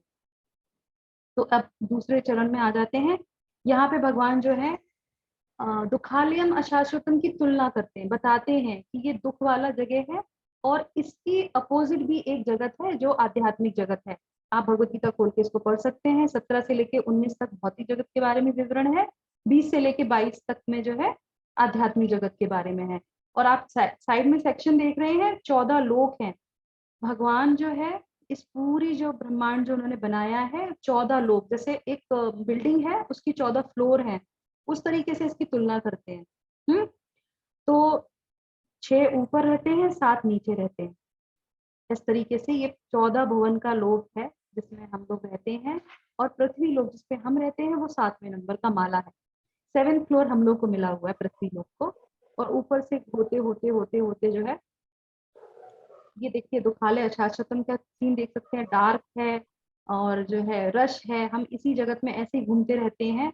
और जो आध्यात्मिक जगत है वो पूरा ब्राइट है, उसमें किसी भी लाइट की जरूरत नहीं है, हमेशा सच्चित आनंद की प्राप्ति हमें होती है। ठीक है, अब जल्दी से आते हैं। अब इस लोक की जब चर्चा चलती है तो इस अध्याय में ब्रह्मा जी के दिन का भी जो है वर्णन आता है, उसको हम जल्दी से क्विकली लेंगे। क्यों लेंगे? क्योंकि भगवान बताते हैं ये जो 14 लोक हैं इनमें सब में जो है मृत्यु और जीवन का चक्र चलता रहता है। इसीलिए सेक्शन बताया जाता है कि हर लोक में आप कहीं पे भी जाएंगे, पुण्य कर्मों के हिसाब से आपको लोक मिलेंगे, तो भी जो है आपको मृत्यु और जो है जीवन मिलेगा ही मिलेगा। कैसे? ब्रह्मा जी फर्स्ट हैं, ब्रह्मलोक सबसे ऊपर आता है, उसमें भी जो है मृत्यु निश्चित है। तो वो देख लेते हैं, एक छोटा सा आप लोगों के लिए ज्ञान के लिए बहुत आवश्यक है। तो कलयुग से कंपेयर करते हैं कि एक कलयुग की जो अवधि कितनी होती है, 4,32,000। और उसके बाद जो है द्वापर की बताइए, इसको डबल करेंगे तो 8 लाख जो है 64,000 हो जाती है। और इसके बाद फिर त्रेता का आता है, इसको ट्रिपल करेंगे 4,20,000। हाँ, आप बंद कर लीजिए माता जी माइक, मैं बोल रही हूँ। हाँ, पूछूंगी तो आप बताइएगा। तो इसी तरीके से हमारा जो है सतयुग जो आता है तो उसमें जो है 17,28,000 का वर्ष उसका होता है। और उसके बाद जो है ओके, हाँ, तो इसके बाद जो है एक ये जो चारों होते हैं इसकी जो है 1,00,000 एक दिव्य युग उसको बोलते हैं। जब चारों का जब मर्ज करते हैं तो एक दिव्य युग होता है जिसको हम बोलते हैं चतुर्युग। सत्ययुग को, त्रेता को, द्वापर को, कली को, इनको जब हम कंबाइंड करते हैं तो फिर जो है 43,20,000 जो है वर्ष निकल के आती है। किसकी? ब्रह्मा जी का एक दिन। और इसको जो ये जो संख्या जो दी है, जो एक दिव्य युग जिसको बोलते हैं, जो 4 चतुर्युग जिसमें आते हैं, उसका जब हम 1000 से गुणा करते हैं, 1000 वर्ष जो उसको जब गुणा करते हैं तो ब्रह्मा जी का एक दिवस निकल के आता है। अच्छा, दिवस में क्या होता है? दिवस में जैसे हमारा एक दिन है तो वो एक दिन कैसे काउंट होगा? दिन होगा और रात होगी, है ना। तो ब्रह्मा जी का 12 घंटे का जो टाइम होता है वो आप देख सकते हैं यहाँ पे, वो होता है जब उसको 1000 से गुना करते हैं तो अब यहाँ पे आता है 43 अरब 43 अरब 2 करोड़। ये होता है व्यक्त, मतलब इस टाइम पे जो जीव होता है वो क्रियाशील रहता है, वो क्रिया करता है। ब्रह्मा जी के दिन के वक्त में जो उनके 12 घंटे बोले जाते हैं और उसकी अवधि आप देख रहे हैं यहाँ पे 43 अरब 2 करोड़ की अवधि रहती है। उसमें हम जीव आत्माएं जितनी भी होती हैं वो व्यक्त होती हैं, क्रियाशील रहती हैं। और उसके बाद जो है ब्रह्मा जी की रात्रि भी आ गई 12 घंटे की, है ना। तो उसमें क्या होता है, सेम जो है टाइम पीरियड रहता है, इसमें अव्यक्त हो जाते हैं। ये बोलते हैं ना कि जो है संसार जो है लुप्त हो जाता है। तो इस तरीके से प्रलय हो जाता है या जो उसमें लुप्त हो जाते हैं, विनाश हो जाता है, तो वो वाली स्थिति आ जाती है, अव्यक्त हो जाता है। वो कोई कार्य कोई भी कुछ नहीं करता है। ये ब्रह्मा जी के दिन और रात का चक्र चलता है। उसके बाद क्या होता है, हाँ, अब ये दोनों चीजों को, जैसे 12 घंटे दिन के 12 घंटे रात के, जब इनको एकत्र कर, जब इनको जो है प्लस करते हैं तो एक कल्प बनता है। एक कल्प जो होता है वो एक दिन का जो है, एक दिवस का 12 घंटे प्लस रात्रि के 12 घंटे मिला के होता है। और उसकी संख्या क्या आती है? 864 करोड़ वर्ष। 864 करोड़ वर्ष उनका जो है एक दिन कंप्लीट होता है। और उसके बाद जो है ऐसे ही उनका जो मास, जो उनका एक महीना होता है, उसको अगर हम 30 से मल्टीप्लाई करेंगे 24 घंटों को उनके, तो ये संख्या आपकी यहाँ पे निकल के आती है। और उसके बाद इसी तरीके से 12 से मल्टीप्लाई करेंगे तो उनका जो है एक वर्ष निकल के आता है। हो गया ये। उसके बाद जो है ब्रह्मा जी की पूरी जीवन की अवधि जो है वो देख लेते हैं यहाँ पे। उनकी आयु जो है 100 वर्ष की होती है। अब आप सोच सकते हैं कि एक दिन, उसमें से भी 12 घंटे का अवधि कितनी थी, और उस तरीके से ब्रह्मा जी की जो है 100 वर्ष की आयु होती है। और इस अगर 100 वर्ष को, जो इनकी वर्ष की जो आयु जो हम लोगों ने भी देखी थी 2 अरब 2 अरब करके है वो संख्या आप लोगों ने देखी थी। तो इस तरीके से वो जो है 100 वर्ष जब उनके होते हैं तो फिर यहाँ पे ये जो है 311 खरब 40 अरब वर्ष उनकी पूरी आयु होती है। ये ब्रह्मा जी की आयु है जो हमें भगवत गीता में बताई जाती है। अब आप सोचिए, और ये क्या कहते हैं कि इनकी भी मृत्यु आती है। स्पैन बहुत बड़ा है, समय का ड्यूरेशन बहुत बड़ी है, क्योंकि लोक ऊपर का है, ऊपर वाला लोक है। तो इस तरीके से पर मृत्यु इनको भी आती है। और आध्यात्मिक जगत से अगर इसकी तुलना करें तो आप समझ सकते हैं आध्यात्मिक जगत कैसा है। आध्यात्मिक जगत के लिए ये जो समय है वो ऐसे है जैसे बिजली का कड़कना। बिजली आपने देखा होगा, आप उसे कैप्चर नहीं कर सकते, एक झटके में बिजली कड़कती है और चमक चली जाती है। आध्यात्मिक जगत में ये ऐसा है। तो सोचिए उसकी तुलना आप कैसे कर सकते हैं? अतुलनीय है वो, आप तुलना नहीं कर सकते। तो भगवान क्या कह रहे हैं, अगर तुम मुझे स्मरण करके छोड़ोगे शरीर तो तुम मेरे धाम को जाओगे, तुम मुझे प्राप्त करोगे। तो ये आध्यात्मिक जगत में जाना इतना आसान नहीं है, इसीलिए सारी चीजें बताई गई हैं कि आप सोचिए, इमेजिन करके देख सकती है। वहां पे हर चीज शाश्वत है, बिजली की जरूरत नहीं है, हर चीज मिलती है, हमें क्योंकि हम शास्त्रों में ऐसा पढ़ते हैं। तो ये इस तरह से हो गया। एक जोक मुझे याद आता है, अब 9 तो बज गए हैं। एक व्यक्ति को जब ये पता चलता है तो वो ब्रह्मा जी को प्रेयर करता है। वो कहता है कि ब्रह्मा जी, हमने सुना है कि आपका 1 सेकंड जो है 1 लाख के बराबर है, तो ऐसा है क्या? तो वो कहते हैं कि हाँ ऐसा ही है। तो बोले कि तो फिर आपके यहाँ का जो 1 रुपया होगा वो भी तो हमारे यहाँ का 1 लाख रुपए होगा। कहते हैं हाँ ये भी सही बात है। तो बोले बस 1 रुपए दे दो अपना, आपका अपना 1 रुपए दे दो। तो वो व्यक्ति, और ब्रह्मा जी क्या कहते हैं, ब्रह्मा जी कहते हैं बस 1 सेकंड रुको तुम, मैं तुम्हें दे दूंगा। अब 1 सेकंड रुकने का मतलब समझते हैं? कितने जन्म उसको लेने पड़ेंगे और वो 1 रुपए लेने के लिए। तो इस तरीके से ये जोक मुझे बहुत अच्छा लगता है, जब भी मैं ये पढ़ती हूँ तो याद आता है मुझे। चलिए फिर आगे क्या बोलते हैं भगवान। अब यहाँ पे जो है भगवान बताते हैं कि फिर भी एक और अव्यक्त प्रकृति है जो शाश्वत है और इस प्रकट और अप्रकट पदार्थ से परे है। जो हम लोगों ने भी देखा, चक्र जो चलता रहता है जन्म मृत्यु का, वो सर्वोच्च है और कभी भी नष्ट नहीं होती। जब इस संसार में सब कुछ नष्ट हो जाता है तब भी उसका नाश नहीं होता। वो क्या है? आध्यात्मिक जगत। उसके बाद उस आध्यात्मिक जगत को, आपके धाम को कोई कैसे जाएगा? तो वो बताते हैं केवल अनन्य और अविचल भक्ति के द्वारा ही जा सकता है। बहुत आसान तरीका है, भगवान की अनन्य भक्ति कीजिए, अविचल भक्ति कीजिए, बिल्कुल विचलित मत होइए, और भगवान की भक्ति करने से हम ऐसी जगह चले जाएंगे जो सबसे सुंदर है। योग का मार्ग और भक्ति योग दोनों ही आध्यात्मिक जगत में ले जा सकते हैं। बिल्कुल सही बात है ना? तो इनमें क्या कोई अंतर नहीं है?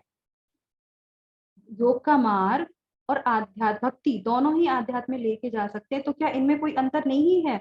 तो भगवान कहते हैं अंतर तो है।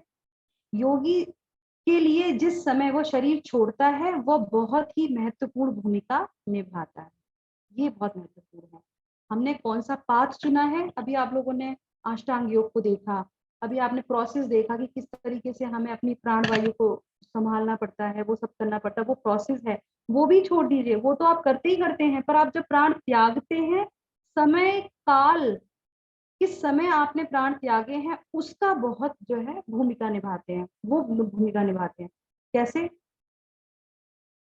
इसके आगे हम जानेंगे। ये पिछले का सेक्शन पूरा हो जाता है, तो उसमें हम भीष्म पितामह का लेंगे, आगे स्लाइड आपको मिलेगी। तो भगवान उसमें बताते हैं कि ये जो मार्ग है, ये डिटेल में हम नहीं समझा सकते, आप पढ़ सकते हैं इसको।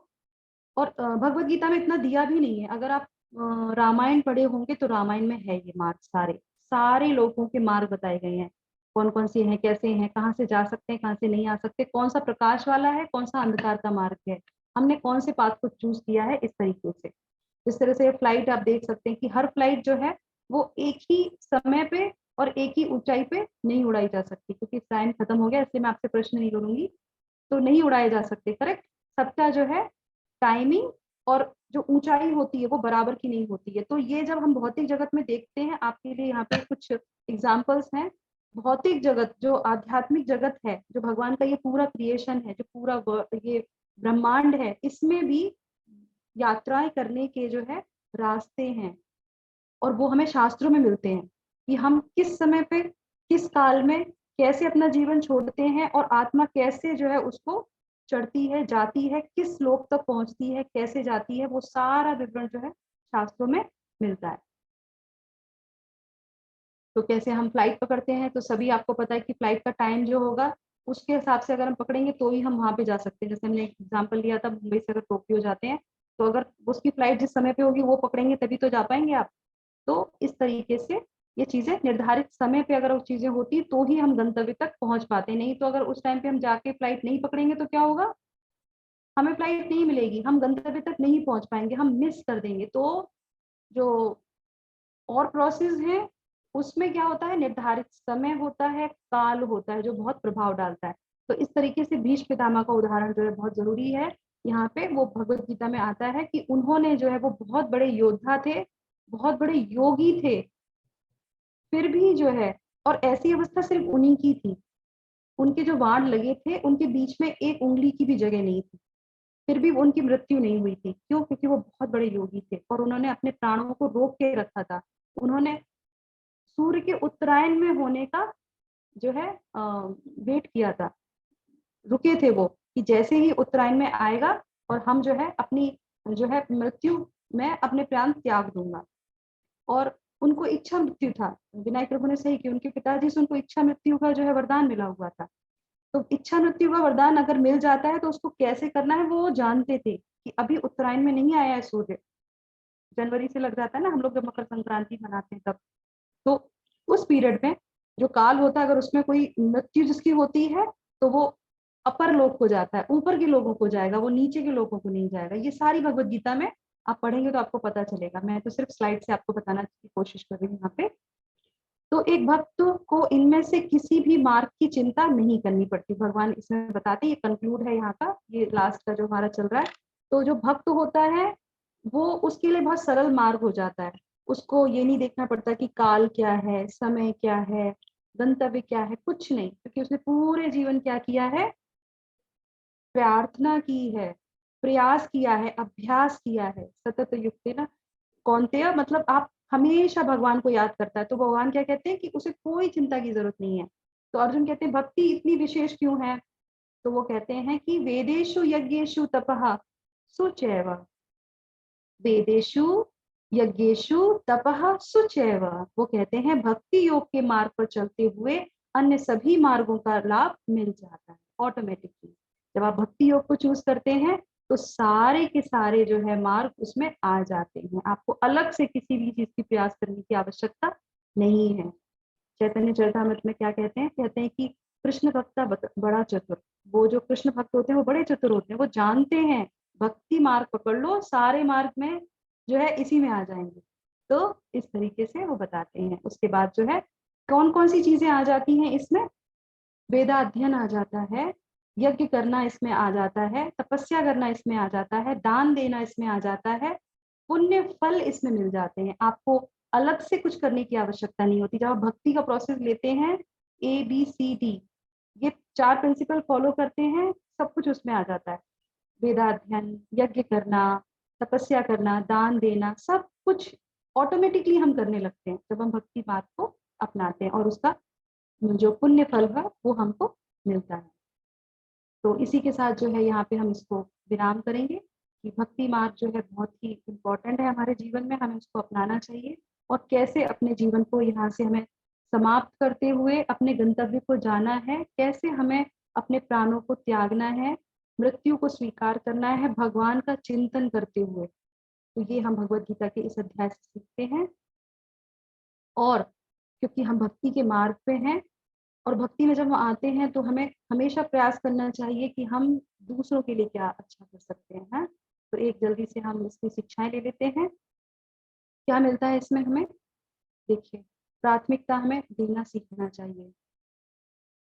किस चीज के लिए? कि हमारे जीवन और जीवन अंत जो है वो दोनों ही बहुत इम्पोर्टेंट है। जीवन जीना जितना इम्पोर्टेंट है, जितना महत्वपूर्ण है, अंत भी उतना ही महत्वपूर्ण है। उसको भी प्राथमिकता दीजिए कि हमें यहाँ से कैसे जाना है, क्योंकि ये एक प्रोसेस है जो हमें भगवद गीता में सिखाया जाता है।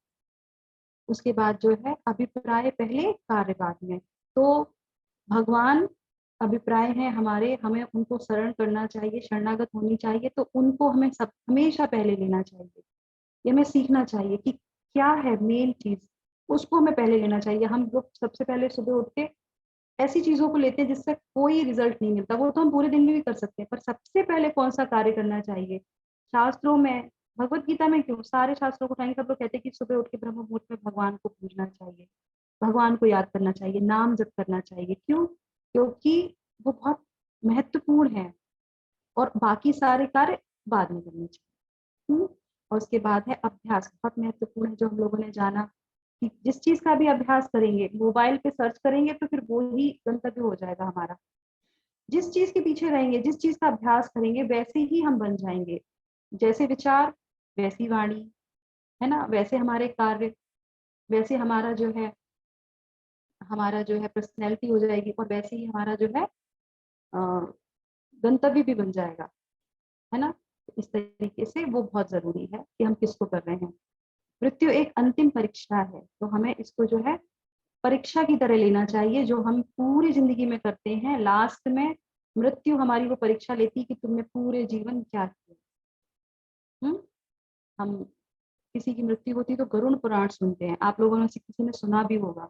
सबके जो जो जानकारी वाले हैं, जो जानते पंडितों को बुलाते हैं, तो वो गरुड़ पुराण क्यों गरुड़ पुराण सुनते हैं? उसी समय क्यों सुनते हैं? हम पहले भी तो पढ़ सकते हैं उसको, क्योंकि हम इतने दुख में होते, सोचते चलो सुन लेते हैं, आत्मा को शांति मिलेगी। उस आत्मा को जो चली गई है, जो शरीर चला गया है, उसके लिए सुनते हैं कि उसको आत्मा को शांति मिलेगी। पहले ही अगर शास्त्रों को पढ़ लेते तो आत्मा जो है उसको पता होता कि हमें जाना कैसे है। करेक्ट। तो ये हम भूल करते हैं, हम ये सोचते हैं कि ये बहुत नॉर्मल चीजें हैं, ये नॉर्मल चीजें नहीं है। भगवान सिखा रहे हैं, बता रहे हैं कि कैसे जाना है, फिर कोई डर नहीं है, फिर कोई भय नहीं है। भक्त की मृत्यु कहाँ किस स्थान पे कैसे होती है उससे कोई फर्क नहीं पड़ता, क्योंकि वो हमेशा भगवान का चिंतन करता है, वो अपनी परीक्षा में हमेशा उत्तीर्ण होता है। भगवान कंफर्म कर रहे हैं भगवत गीता के 8वें अध्याय में, प्रेम नियमों से के परे है। जब हम भगवान को प्रेम करते हैं तो भगवान हमें प्रेम करते हैं, और उसके बाद क्या होता है, सारे नियम, कोई नियम नहीं लगते, कोई भी नियम नहीं लगेगा।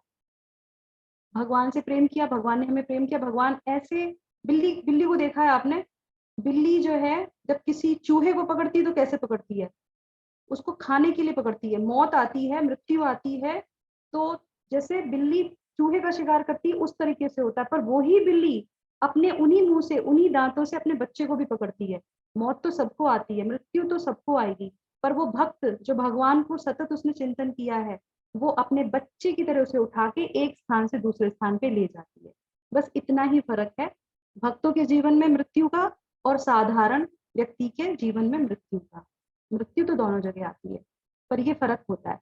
इसीलिए कृष्ण भक्त बड़ा चतुर, बहुत चतुर होते हैं वो। तो हमें भी चतुर बनना है, अपने जो है बुद्धि का इस्तेमाल करना है।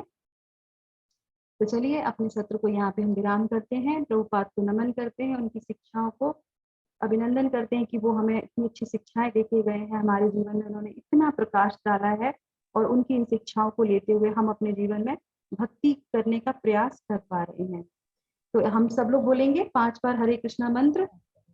हरे कृष्णा कृष्णा कृष्णा हरे हरे, हरे रामा रामा रामा हरे हरे, हरे हरे कृष्णा कृष्णा कृष्णा हरे हरे, हरे राम राम राम हरे हरे। हरे कृष्णा कृष्णा कृष्ण कृष्ण हरे हरे हरे, हरे, हरे राम राम राम हरे हरे हरे कृष्णा हरे कृष्ण कृष्ण कृष्ण हरे हरे हरे, हरे, हरे हरे राम राम हरे हरे, राम हरे राम कृष्णा हरे हरे, कृष्णा हरे कृष्ण कृष्ण कृष्ण हरे कृष्ण हरे राम, हरे हरे, हरे राम हरे राम राम हरे हरे। हरे हरे, तो हरे आप राम लोग हरे राम राम राम हरे हरे हरे। कृष्णा। तो आगे बढ़ने से पहले आप लोगों के प्रश्न है, उससे पहले आपके लिए एक छोटा सा अनाउंसमेंट है। अनाउंसमेंट तो नहीं बोलूंगी मैं इसको, आप लोगों से मेरा एक अनुरोध है।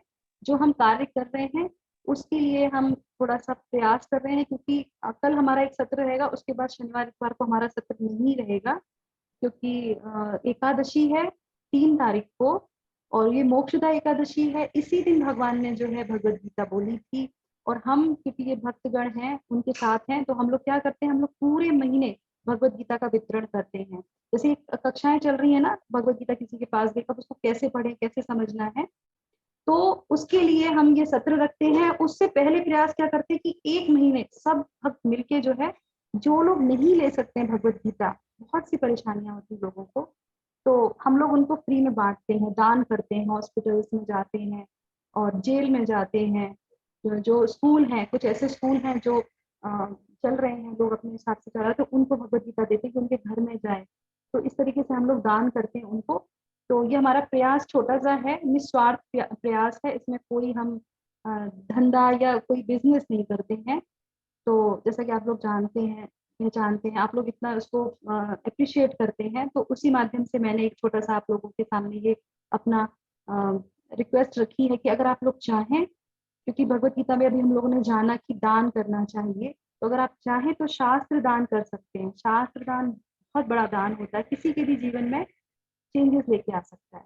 तो ये छोटा सा है, यहाँ पे आप नंबर देख रहे हैं, आप चाहें जितनी भी जैसी आपकी स्थिति हो, जैसी भी आपकी इच्छा हो, सर इच्छा जो है आप पूरी भावना के साथ भगवत गीता के लिए दान कर सकते हैं यहाँ पे हमारे नरसिम्हा गिरधारी मंदिर के लिए। और यहाँ पे ये डिटेल्स दी गई हैं, नंबर है, इसमें आप पेटीएम गूगल पे कर सकते हैं। अब मैं कोऑर्डिनेटर माता जी से, संतोषनी माता जी से रिक्वेस्ट करूंगी कि वो मैसेज जो है चैट बॉक्स में भी डाल दें और ग्रुप में भी डाल दें। अगर कोई भी इच्छा है किसी की करने की तो कर सकते हैं। और आपकी जानकारी के लिए बता दूं मैं ओके, डेट का फुल फॉर्म, अच्छा मैंने आज नहीं डाला यहाँ पे, है ना? Okay, thank you. मैं बताती हूँ प्रभु जी आपको, माता जी, आरती माता जी, मैं बताती हूँ उसको। तो यहाँ पे मैं क्या बोलने जा रही थी, भूल गई। तो हाँ, आप उसको डाल दीजिए अपने जो है मैसेज को। तो जो भी करना चाहते हैं, हाँ अनाउंस करने वाली थी कि कल एक प्रभु जी और माता जी ने हमको जो है शास्त्र दान भी किया था, और प्रभु जी ने ऑर्डर भी किया था हमको भगवत गीता किसी को देने के लिए, गिफ्ट करने के लिए। वो महाराष्ट्र मुंबई से थे प्रभु जी, और कौशल नाम था, क्या नाम था प्रभु जी का? अगर वो वहाँ पे हैं यहाँ पे, तो हम उनको बहुत बहुत धन्यवाद करेंगे प्रभु जी को, और होप कि आपको मिल गई होगी। हमने उनको कोरियर से भेजी थी वो भगवत गीता। तो यहाँ पे मैं एक नाम और लेना चाहूंगी, हमारी गीता माता जी हैं जो कोयम्बटूर से हैं। उन्होंने जो है 12 भगवत गीता के लिए शास्त्र दान दिया है हम लोगों को। तो आप लोगों से भी हम यही चाहते हैं कि आप भी जो है भगवत गीता शास्त्र दान के लिए जो है आगे आइए और दीजिए। अगर आपको थोड़ा सा भी लगा कि हाँ हम सही प्रयास कर रहे हैं, आप लोगों को सही ज्ञान देने की प्रयास कर रहे हैं, तो ये छोटा सा रिटर्न गिफ्ट आप लोगों की तरफ से हमारे लिए होगा, हमारे पूरे टीम के लिए होगा, और नरसिम्हा गिरधारी मंदिर के लिए होगा। अगर आपको थोड़ा सा भी कुछ भी अच्छा लगा है तो आप कर सकते हैं, आपकी विश है, जितना भी आप देना चाहें दे सकते हैं। ये सहयोग बहुत अच्छा लगेगा मुझे आप लोगों का। तो आप साइड में साइड कर दीजिए, जितने भी लोग करना चाहते हैं अपने हाथ खड़े कर सकते हैं, अपने नाम दे सकते हैं, कोऑर्डिनेटर्स जो है आपके नाम लिख लेंगे, जैसे आपकी इच्छा हो वैसे। अब हम उसका जो है प्रश्न ले लेते हैं आप लोगों का। यस, तो सबसे पहले मैं ये पूछना चाहती हूँ कि कौन देना चाहता है? आज मैं प्रश्न करती हूँ, आप मुझे बताइए, जवाब दीजिए। पिछले 7 सत्रों से आप पूछ रहे थे, मैं बोल रही थी, अब मैं पूछती हूँ आप लोगों में से कौन शास्त्र दान करना चाहता है? बहुत अच्छा, ओमकार प्रभु ने बोला है कि वो करना चाहते हैं। सपना माता जी भी बोले हैं। प्रभु ने बोला है वो करना चाहते हैं। थैंक यू सो मच, मुझे बहुत अच्छा लग रहा है इस तरह से रिस्पॉन्स आपका सुन के, बहुत सुंदर। और माता जी, कौन माता जी बोल रही है? सपना माता। Okay, thank you so much माता जी, हरे कृष्णा। जो भी है वो आगे प्लीज आइए और हमारा जो है साथ दीजिए। कल भी हम पूछ सकते हैं आपसे, क्योंकि 2 दिन हम लोग यही कार्य करेंगे। ओ हरि बोल, विनायक प्रभु ऑलरेडी भक्ति जो है भक्तों के परिवार में है, तो वो भी करते हैं, तो वो जानते हैं हमारी फीलिंग को कि हम लोग बहुत प्रयास करते हैं भगवत गीता बांटने का।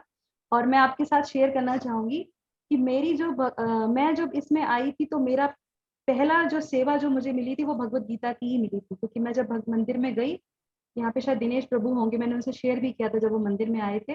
तो दिनेश प्रभु, सूर्य प्रभु और आलोक प्रभु, ये प्रभु जी हैं। हम लोग संडे को मिलेंगे, पर्सनली हम लोग मिलके भगवत गीता डिस्ट्रीब्यूट करेंगे। आप हमारे साथ रहिएगा, तो आप साथ में सेवा कर सकते हैं। जो लोग बहुत दूर दूर हैं, तो हाँ माता जी कैसे डोनेट करना है, तो माता जी का नंबर दिया हुआ है हमने यहाँ पे स्क्रीन पे, आप देख सकते हैं। आप उस पर गूगल पे और फोन पे कर सकते हैं, ठीक है?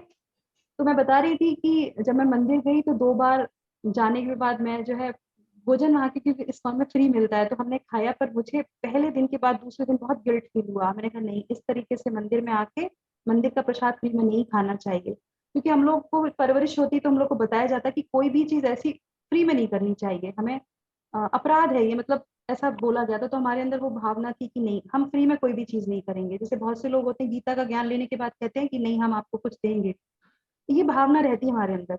तो हमने अपने प्रभु जी से, अपने शिक्षा गुरु से बोला, उस समय उनको जानती नहीं थी इतना। मैंने कहा नहीं, मैं ऐसे नहीं लूंगी प्रसाद, आप मुझे कुछ सेवा दीजिए। इतने सारे लोग सब सेवा कर रहे हैं, हम आते हैं प्रसाद खा के चले जाते हैं, मुझे ये अच्छा नहीं लग रहा, आप मुझे बताइए। तो वो गीता जयंती का ही पीरियड था, उस समय गीता जयंती थी, मुझे नहीं पता था क्योंकि मुझे उतनी नॉलेज नहीं थी। तो मैंने उनसे बोला, तो उन्होंने मुझे एक किताब दी और बोला कि ठीक है माता जी, आपकी इच्छा है तो आप ये जो है बुक्स दे सकती हैं लोगों को, जितनी भी आपकी इच्छा करे आप लोगों को बोलिए कि वो लेना चाहेंगे तो ले सकते हैं। हमने कहा ठीक है। मैंने गीता खोल के नहीं देखी, अब मैं गीता लोगों को बोल रही हूँ कि आप गीता ले लीजिए, मैंने खुद नहीं पढ़ी। मुझे वो सोच रही कि अगर किसी ने कुछ पूछ लिया भगवत गीता में से, मैं क्या बोलूंगी, मैंने तो कभी पढ़ी नहीं है। तो भगवान को प्रे कर रही थी, कृष्ण भगवान हमारी रक्षा कर लेना, मैं दे रही हूँ, अगर किसी ने कुछ पूछा तो मैं कुछ ही नहीं बता पाऊंगी। पर उस टाइम पे 25 भगवत गीता लोगों ने मुझसे ली थी, तो वो मेरी पहली सेवा इस्कॉन के लिए पहली सेवा थी। और वो मुझे इतनी पसंद आई कि मैंने उस दिन से प्रण लिया कि मैं जब भी ये भगवत गीता का होगा, और इस भगवत गीता के उस छोटे से प्रयास ने, जब मैंने पढ़ी भी नहीं थी भगवत गीता, और आज जो है मैं बता पा रही हूँ भगवत गीता के बारे में, तो ये जो भगवान का ज्ञान है, ये रिटर्न गिफ्ट जो उन्होंने मुझे दिया है वो इसी माध्यम से दिया है। इसलिए मैं बहुत 100% जो है इसमें अपना टाइम लगाती हूँ कि नहीं, भगवत गीता लोगों को जरूर देनी। और बहुत चेंजेस आते हैं लोगों के अंदर, आज नहीं तो कल वो जरूर पढ़ेंगे, ये मेरा पूरा विश्वास है, क्योंकि मैंने भी ऐसे ही भगवत गीता पढ़ी है। तो इसीलिए आप लोगों का सहयोग चाहते हैं। Thank you so much. Thank you so much Omkar Prabhu, thank you so much. तो ठीक है, अब हम प्रश्न ले लेते हैं आप लोगों के। आप लोग अपना कंटिन्यू कर सकते हैं, जो प्रश्न उत्तर की जो श्रृंखला है वो जारी रखेंगे। और आपके जो क्वेश्चन ये जो भेजा जाता है वो कोऑर्डिनेटर्स डाल सकते हैं। मैं स्टॉप शेयरिंग कर देती हूँ यहाँ पे। यस, कोई प्रश्न है आपका? डेट का मीनिंग है। आरती माता जी कुछ पूछ रही है? डेट का मीनिंग पूछ रही डी गीता का। हाँ हाँ, बताती हूँ माता जी। तो देखिए, मैंने उसमें नहीं लिखा है, तो इसलिए मैं अपनी किताब में से देख के बताती हूँ आपको। डी से है डाउट, ठीक है, जो 1 से लेके 4 तक में था। और उसके बाद ई से है एग्जाम। डी से है डाउट, ई से है एग्जाम, क्योंकि डेथ हमारा एग्जाम होता है, ठीक है। और उसके बाद है कि अटेनिंग द सुप्रीम, भगवान को कैसे प्राप्त करें, अटेनिंग द सुप्रीम, ए से, ठीक है। और उसके बाद लास्ट में है डिवोशन, ठीक है। डेड हो गया ना पूरा, doubt, exam, attaining the supreme, और लास्ट में है डिवोशन, ठीक है, हो गया। Thank you so much.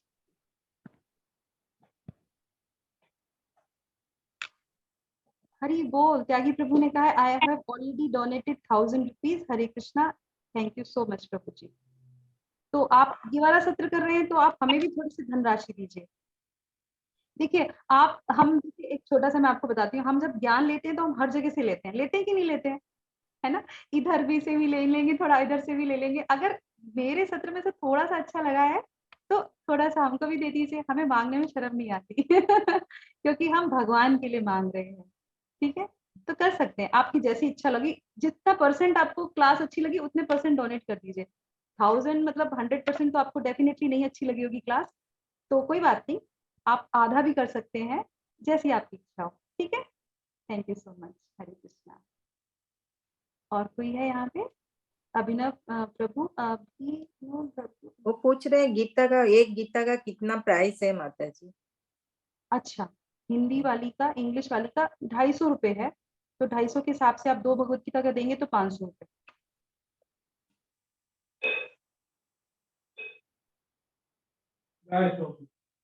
ठीक है। 4 भगवत गीता 1000।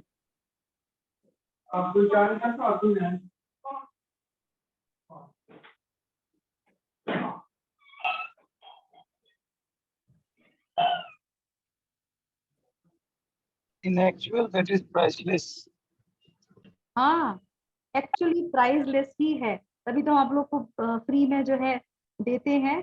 और इसकी कोई कीमत नहीं लगा सकता, कोई भी कीमत नहीं लगा सकता। मैं एक बार गई थी बुक्स डिस्ट्रीब्यूशन के लिए, तो मैं यूजली क्या करती थी, अपना शाम का कार्य जो है समाप्त करके गाड़ी लेके चली जाती थी, अपनी गाड़ी में डाल के थोड़ी सी भगवत गीता, और मंदिर वंदिर के पास जाके थोड़ी देर खड़ी होती हूँ भगवान के लिए, भगवान को हाथ में रख के खड़ी होती हूँ कि कोई आएगा उसको मैं दूंगी, तो उसको अप्रोच करती हूँ। तो एक वरिष्ठ व्यक्ति थे, वो आए मेरे पास और उन्होंने आके मुझसे बोला कि मुझे एक भगवत गीता चाहिए।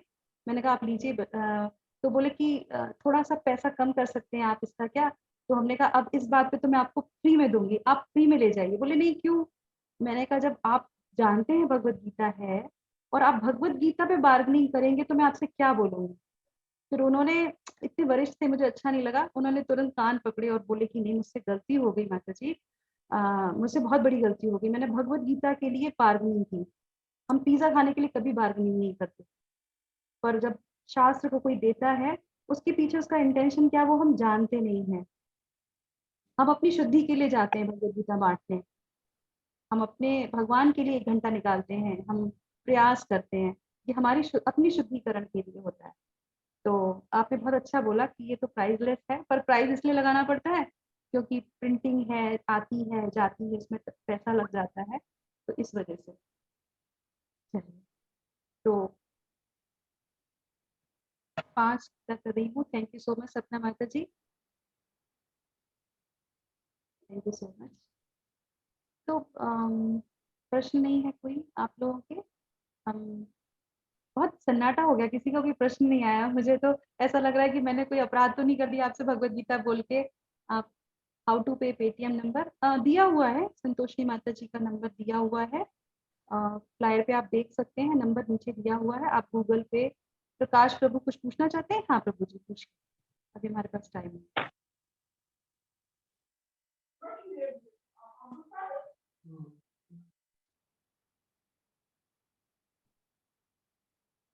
संजय त्यागी प्रभु जी देना चाहते हैं पेटीएम नंबर हाउ टू पे। हमारे कोऑर्डिनेटर्स प्लीज आप उनको आंसर कर सकते हैं। जो नंबर है आप दोबारा से डाल दीजिए, शायद ऊपर चला गया होगा मैसेज आपका, आप दोबारा से उसको पोस्ट कर सकते हैं। और हम ग्रुप में भी डाल देते हैं, आप लोग ग्रुप में है ना सभी लोग? अगर कोई नहीं है तो हम ग्रुप में डाल दिया माता जी। और ठीक है, तो वो कह रहे हैं कि पेटीएम नंबर भी आप ग्रुप में डाल दीजिए। और प्लीज वही नंबर है, वो गूगल पे नंबर ही इसमें भी आ जाता है पेटीएम का, सभी ने नोट कर लीजिए। ठीक है, ठीक है, तो कोई प्रश्न नहीं है तो हम सत्र को विराम करते हैं। कल तैयार रहिएगा, हम लोग जो है परम गुह्य ज्ञान को जानेंगे। जो माता जी उस पे हो नहीं रहा है नंबर पे ना, हो नहीं रहा है, हाँ संतोषी उस करके पे नाम आ रहा क्यूआर होगा। स्कैन मांग रहा है। हाँ वो तो आ रहा है, लेकिन उस पे स्कैन के लिए आ रहा है, मतलब ऐसे पे के लिए नहीं आ रहा है। अगर किसी और ने ट्राई किया हो तो बता सकते हैं। आया है तो एक दो का आया है ऑलरेडी आ रहे हैं माता जी, फोन पे देखिए हाँ आते हैं। कुछ चेंजेस तो हो फोन पे नहीं है माता जी, मैं पेटीएम से कर रही थी। माता पेटीएम जी नहीं, इसमें ना दो ऑप्शंस गूगल होते पे हैं, है, या तो आप पे अपना गूगल पे ये स्कैन कर सकते हैं, या फिर आप फोन नंबर की ऑप्शन चूज करेंगे तो उसमें आप फोन नंबर डाल के फोन नंबर के थ्रू पे भी कर सकते हैं। फोन नंबर आप डाल तो दीजिए, मैं आप दोबारा गूगल पे करके देखती हूँ माता जी। जी, हाँ क्योंकि इसी नंबर से पेमेंट रिसीव हो रहे हैं और ये नंबर ठीक है बिल्कुल। और लेकिन इसमें जो है स्कैन कोड नहीं दिया हमने, नंबर दिया है आपको। चाहिए तो मैं ग्रुप में स्कैन कोड भी शेयर कर दूंगी। एक बार कर दीजिए माता जी, क्योंकि थैंक यू हो सो नहीं मच। रहा है, मैं बार बार करके देख रही हूँ ना। जी माता जी। तो रीना माता जी संडे को हम मिलते हैं, चलते हैं बुक डिस्ट्रीब्यूशन के लिए, चलेंगे? एक्सपीरियंस करिए, बहुत बहुत बहुत अद्भुत एक्सपीरियंस होता है, बहुत अच्छे एक्सपीरियंस मिलते हैं हमको। बुक डिस्ट्रीब्यूशन जब हम करते हैं तो हमारी ईगो भी कम होती है। हम क्योंकि हम साधना में है ना, हम अपने आप को चाहते हैं, क्योंकि हमारे अंदर इतना अहंकार होता है कि हमारे पास पैसा है, गाड़ी है, हमारी इतनी रेपुटेशन, हम सड़क पे जाके किताब क्यों दें किसी को, होता है ना, बहुत अंदर से लगता है क्यों देंगे क्यों देंगे क्यों देंगे। पर आप यकीन मानिए जब आप जाते हैं और आपसे कोई कहता है, आप बोलेंगे हरे कृष्णा, कोई क्या कहता है, हरे कृष्णा भी नहीं बोलेगा वो, तो आप सोचेंगे अरे हम ऐसे हैं। पर वो देखिएगा धीरे धीरे धीरे आप में वो जो निर्मलता है, कोमलता, वो सारी जो है नीचे, आप एक बहुत अच्छे अद्भुत इंसान बन जाते हैं बुक डिस्ट्रीब्यूशन करने से। भगवान की पुस्तक को, भगवत गीता को किसी को देने से बहुत परिवर्तन आता है। तो मुझे बहुत अच्छा एक्सपीरियंस लगता है, इसलिए मैं सारे काम छोड़ के रात में जरूर जाती हूँ, कहीं ऐसी जगह खड़ी होती हूँ, अच्छी जगह पे जाके, और सबको हाथ से स्कैन कोड भी शेयर कर दें गूगल पे का ना, क्योंकि ये फोन नंबर कई बार नहीं चलता, तो स्कैन करने से पेटीएम के लोग